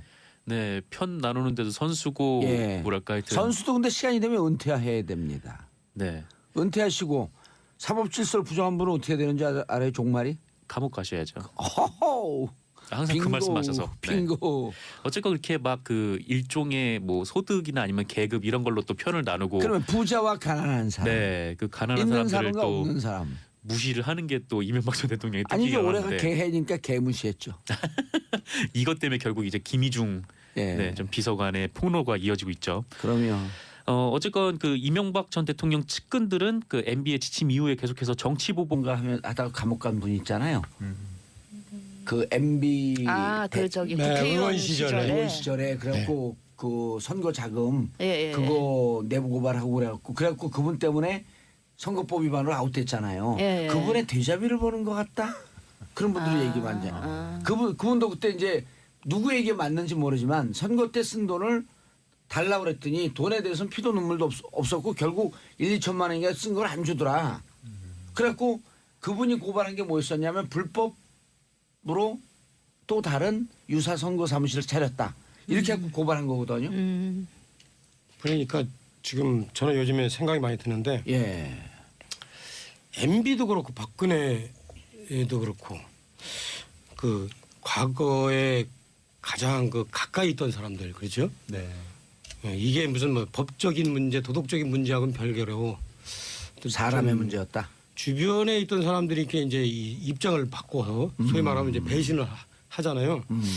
그런 걸 보면서 저는 좀 여러 가지 많은 생각을 해요. 그런데 사람이 소위 말하면 이 어디까지 의리를 지켜야 되는가 이런 생각도 좀 해보고 그러면서 좀 드는 생각이 두 가지 중에 하나여야 될 것 같아. 하나는 자기하고 같이 있었던 그런 참모나 동지들하고 공범이 되든지 아니면 아예 정말로 아무것도 안 하든지 그 둘 중에 하나 아니면은 항상 문제가 생기더라고요. 그거는 제가 볼 때 이 진영을 떠나서 그런 문제들이 항상 발생해요. 최근에 정두원 의원님이 방송 나와서 예전에 그래도 MB 곁에 계셨던 분이 뭐 왜 이렇게 배신하냐 이런 얘기 많이 듣지 않느냐 했더니 배신은 내가 한 게 아니라 MB가 한 거다 이런 명언을 하셨어요. 저는 명언이라고 평가를 했는데 사실상 MB에 대한 신뢰를 지키겠다라고 선언하고 계신 분들보다 그런 직원이 저는 더 감동적이었는데요. 아니 근데 이 문제가 그 한 사람의 배신 프레임으로 가서는 안 될 것 그럼요. 같아요. 그래 아예 그냥 네, 배신 그렇죠. 얘기를 하시니까 그러니까 그런 얘기를 이제 했습니다. 일반적으로 이제 이 소위 말하면 이제 대중 정치를 하고 도덕 군자 연 하시는 분들은 이제 그렇게 얘기하시면 되는데 우리 이렇게 보면은 쭉 정치의 그 역사를 이렇게 보면요 네. 오히려 더 스펙타클하고 어떤 사람들의 관심을 이끄는 문제는 뭐냐면 누가 더 대의에 충실하느냐 누가 대의를 거머쥐느냐 이거가 아니라요. 누가 자기 주변 관계를 관리 잘하고 잘하느냐. 주변에서 누가 힘을 얻어내느냐 이게 사실은 사람들의 관심을 가져요 사실은. 그리고 드라마 같은 것도 정치 드라마도 그 소위 말하면 힘이 가지려면 그런 그 이 주변의 그 관계 마이크로 폴리틱스 있죠. 이 부분이 그 오히려 사람들의 관심을 끄지 커다란 대의에 관한 문제는 뭐 사실은 쏘쏘예요. 사실은 제가 이렇게 정치 해보면은 뭐 저 자신도 그렇지만 많은 사람들이 그 대의와 관련해서는 상당히 스트레스가 많이 움직여요. 근데 오히려. 예, 손 의원님 네. 말씀하시고 제가 좀 그 할게요. 대의와 관련된 부분에 있어서 대의가 명확하면 배신의 문제가 안 나오는 거고요. 지금 김희중 전 실장의 발언 중에 딸에게 더 이상 부끄러운 아빠가 되지 않겠다. 맞습니다. 이 표현이 굉장히 가슴에 와닿더라고요. 그거는 그러니까 이제, 딸일 수도 있고 국민일 수도 있습니다. 그분의 입장에서는. 그러니까 이명박 전 대통령께서 대의의 입장에 서서 그 일정들이 이루어졌다면 이분이 끝까지 갈 수 있는 거죠. 근데 그렇지 않기 때문에 그건 이게 배신의 프레임이 아니라는 것이죠. 근데 이제 그거 아마 송금준이 이제 아마 편하게 정치를 하셔서 그런데 그 정치를 좀 하다 보면요, 예, 여러 가지 이제 이 대의가 아닌 주변에서 소위를 따져야 되는 들이 많이 생겨요. 지금 이제 예컨대 이제 나주에 지역구 계시잖아요. 네. 그 지역구에서 예컨대 송금주 의원하고 예컨대 뭐 경력도 비슷하고 네. 외모도 이렇게 출중하고 네. 이런 분이 송금주 의원에게 도전을 했다. 네. 그러면 송금주 의원이 그래 편하게 그래 우리 그 페어 플레이 하자. 이렇게 페어 가야 플레이는 뭐 쌍둥이 플레이 하자. 이렇게 나올 수 있을까? 사실 이게 상당히 복잡한 문제들이 많이 생겨요. 그리고 뭐 참고로- 여러 가지 예컨대 이제 자기 그 가정의 대소사 이런 문제가 또 이렇게 얽히고 네. 설키면서 아. 그런데도 정치라는 게 그렇게 있잖아요. 그러니까 대의에 충실하면 돼요. 근데 이제 예컨대 제가 아까 저한테 뭐 여기 들어오기 전에 뭐 친 김문수 계열이라고 그러지만 김문수 지사는 어떤 스타일이냐면은 자기하고 아주 가까운 자기 그 비서나 이런 사람들한테도 절대 곁을 안 줘요. 그래서 조금만 차갑다는 조금만 비판이 뭐 있더라고요. 그 구설수가 나오면은 바로 잘라버려요. 대신 자기는 아주 철저하게 자기 주변 관리를 해요. 그러면은 이제 그게 그분한테 이제 어떤 문제가 생기냐? 자신이 입지를 여러 가지 이제 그 뭐 여러 가지 주변에서 이제 뭐 예를 들어 말을 잘못하든가 뭐 경쟁 관계가 있다든가 이렇게 해서 이제 입지가 어렸을 때 자기 도와주는 사람이 없어요. 하지만 잡혀 들어가진 않지. 왜? 잘못한 일이 없으니까. 하지만 거기서 끝나는 거예요. 이렇게 예. 정치라는 게 그런 그 이 상당히 이게 우리 차 단순하지 의원님이 않은 문제들이 그 있어요. 예견했잖아요. 네. 한 두 여성의 이름이 나올 것이다. 네, 전에도 말씀하셨는데 예. 네, 김용 여사 얘기를 하셨었는데 한 분은 누군지 아세요? 한 분이요. 예, 누굴까요? 두 여성이라고 예, 말씀하셨었죠. 두 여성이죠. 한 여성은 나왔고 네. 또 한 여성은요 곧 나올 거예요. 네, 저도 곧 알도록 하고요. 근데 이 정두원 전 의원이 예. 19일 그 CBS 라디오에 출연을 해서 한 얘기에 따르면 예, 19일이요? 네, 오늘 오늘 며칠인데요? 오늘 19일이죠. 오늘 오전에 또 네, 얘기했어요? 네. 신이 났네. 두원이 형님 요즘 작두 타세요. 이 명품백 얘기는 근데 좀 근거는 없는 것 같고 예. 좀 너무 나간 것 같다라고 말을 하면서 아, 이제 문제는 그거보다 더한 게 나올 수가 있다라고 더한 게 뭘까요? 얘기를 했다고 해요. 그러니까 그게 뭔지는 자기도 아직은 근거가 없어서 말을 못 하는데 예. 뭐 그런 심증은 있고 이 대통령 그러니까 17대 대통령이죠. 이명박 대통령이 예. 당선됐을 당시에 그때 좀 의아한 일들이 한 3번 정도 일어났는데 예. 이게 대통령 당선 후에도 여파가 이어졌다. 근데 아하. 그게 어떤 건지는 정확히 말할 수는 없다. 이렇게 얘기를 했습니다. 그럼 제가 정답을 얘기해 드릴게요. 아, 네. 김희중 일부속 실장이 이렇게 얘기했잖아요. 해외에 가서 명품백을 샀다. 네. 요 단어 중에 정답이 있습니다. 해외에 가서 명품백을 샀다라는 예, 단어 중에 정답 있어요. 네. 굉장히 짧은 단어인데요. 그럼요. 네. 정답 있습니다. 짧은 문장에 정답이 있다. 큰일 났습니다. 그렇군요. 원세훈 원장하고도 연관되어 있고. 이거 한 명 빙고. 누군지 알겠어요. 빙고. 네, 그렇군요. 그러면 또 다음 소식 넘어갈까요? 예, 다음 소식 넘어가기 전에 우리 청취자분들 궁금해 죽을라 그러시네. 네. 그렇죠. 근데 지금 얘기하면 안 돼요. 왜냐하면 검찰이 밝혀야 되는 거죠. 아, 그렇죠. 네. 뭐 이렇게 얘기가 점점 나오고 있으니까 이 예. 부분도 조만간 밝혀지지 검찰은 않을까. 정보는 다 접수했고요. 네. 확인 과정 중에 있습니다. 네, 그렇습니다. 예. 한동훈 3차장님 가자. 다음 소식 할까요? 예. 네. 그 한국수자원공사가 4대강 사업과 관련된 문건을 대량으로 파기했다라는 주장이 어제 제기가 됐습니다. 그 어제 폐기업체 용역 직원이라고 자신을 밝힌 한 일용직 노동자 분께서 네, 더불어민주당 대전광역시당에서 기자회견을 열고 네, 수자원공사가 1톤 차량 4대 분량의 4대강 사업 등 문건을 파기했다 이렇게 야. 주장을 했습니다. 이분은 18일 그 일용직 중개소를 통해서 그 종이 파쇄 업체에 일을 배당을 받았다고 해요. 그래서 갔더니 수자원공사 문서 해체 작업을 하는 곳이었고 거기서 문서 해체를 하는 와중에 그 4대강 4번 문건이라는 제목이 달린 파일처를 4대강 4번 문건 네, 발견을 했다고 합니다. 그래서 좀 이상하다 싶어가지고 다른 데를 막 뒤져봤더니 이번에는 4대강 2번 문건이 오호. 나왔다는 거고 그 안을 보니까 그 4대강 사업의 문제점이라든지 그 보완해야 할 점 등이 나와 있었다고 합니다. 하지만 수자원공사는 이에 대해서 이게 1997년 이후에 모든 문서를 전자문서 시스템에 보관을 하고 있기 때문에 그 무단 파기한 거는 없다. 그러니까 이번에 파기를 한 거는 그게 이제 원본이 아니라 일종의 그 실무자들이 필요에 의해서 출력을 해놓은 사본이라는 거죠. 그렇게 해명을 했는데요. 그 이와 관련해서는 국토교통부가 사실 조사를 위한 지금 긴급 감사에 착수를 한 상황이고요. 사실 이 얘기가 맞다면은 전자문서 시스템만 한번 보면은 사실 여부를 바로 판단할 수 있는 거기 때문에 네, 조사하면 금방 나올 것 같습니다. 좀 수상한 짓들을 많이 해요. 그 정권 바뀌고 네. 대통령 바뀌고 장관까지만 바뀌었지만 네, 그 밑에 국가장은 과거 정권 그대로거든요. 그렇죠. 이게 그런데 이 만약에 만약 뭐 그렇게 큰 문제가 없었다라고 하면은 그 국토교통부가 수자원공사를 관리를 하잖아요. 그래서 예. 국토교통부에 그거를 미리 좀 얘기를 하지 않았을까라는 생각도 좀 들고 그렇죠. 예. 국토교통부가 이 얘기를 듣고 긴급감사에 착수를 했다는 거는 몰랐다라는 얘기잖아요. 그래서 어허. 문건을 파기를 하는데 예. 네, 상급기관의 일종의 보고도 안 한 셈인 것 같아서 근데 그것도 좀 의아하긴 하더라고요. 수상한데요. 전 정권에 임명되었던 국장 과장님들 한 말씀 드릴게요. 동작 그만. 우리 아들 군대 갔어요. 아, 네. 제가 동작을 그만하고 있었습니다. 예, 네. 그런 건 파기하고 그러면 안 되죠. 네, 파기하고 그러면 뭐 의심을 받죠. 근데 뭐 어쨌건 원본이 따로 있다고 하니까 뭐 그거는 근데 금방 확인할 수 있을 것 같아요. 그렇죠. 알겠습니다. 부동산 추가 대책. 네, 국토교통부가 아파트 재건축 기준을 현 30년에서 40년으로 늘리기로 했습니다. 예.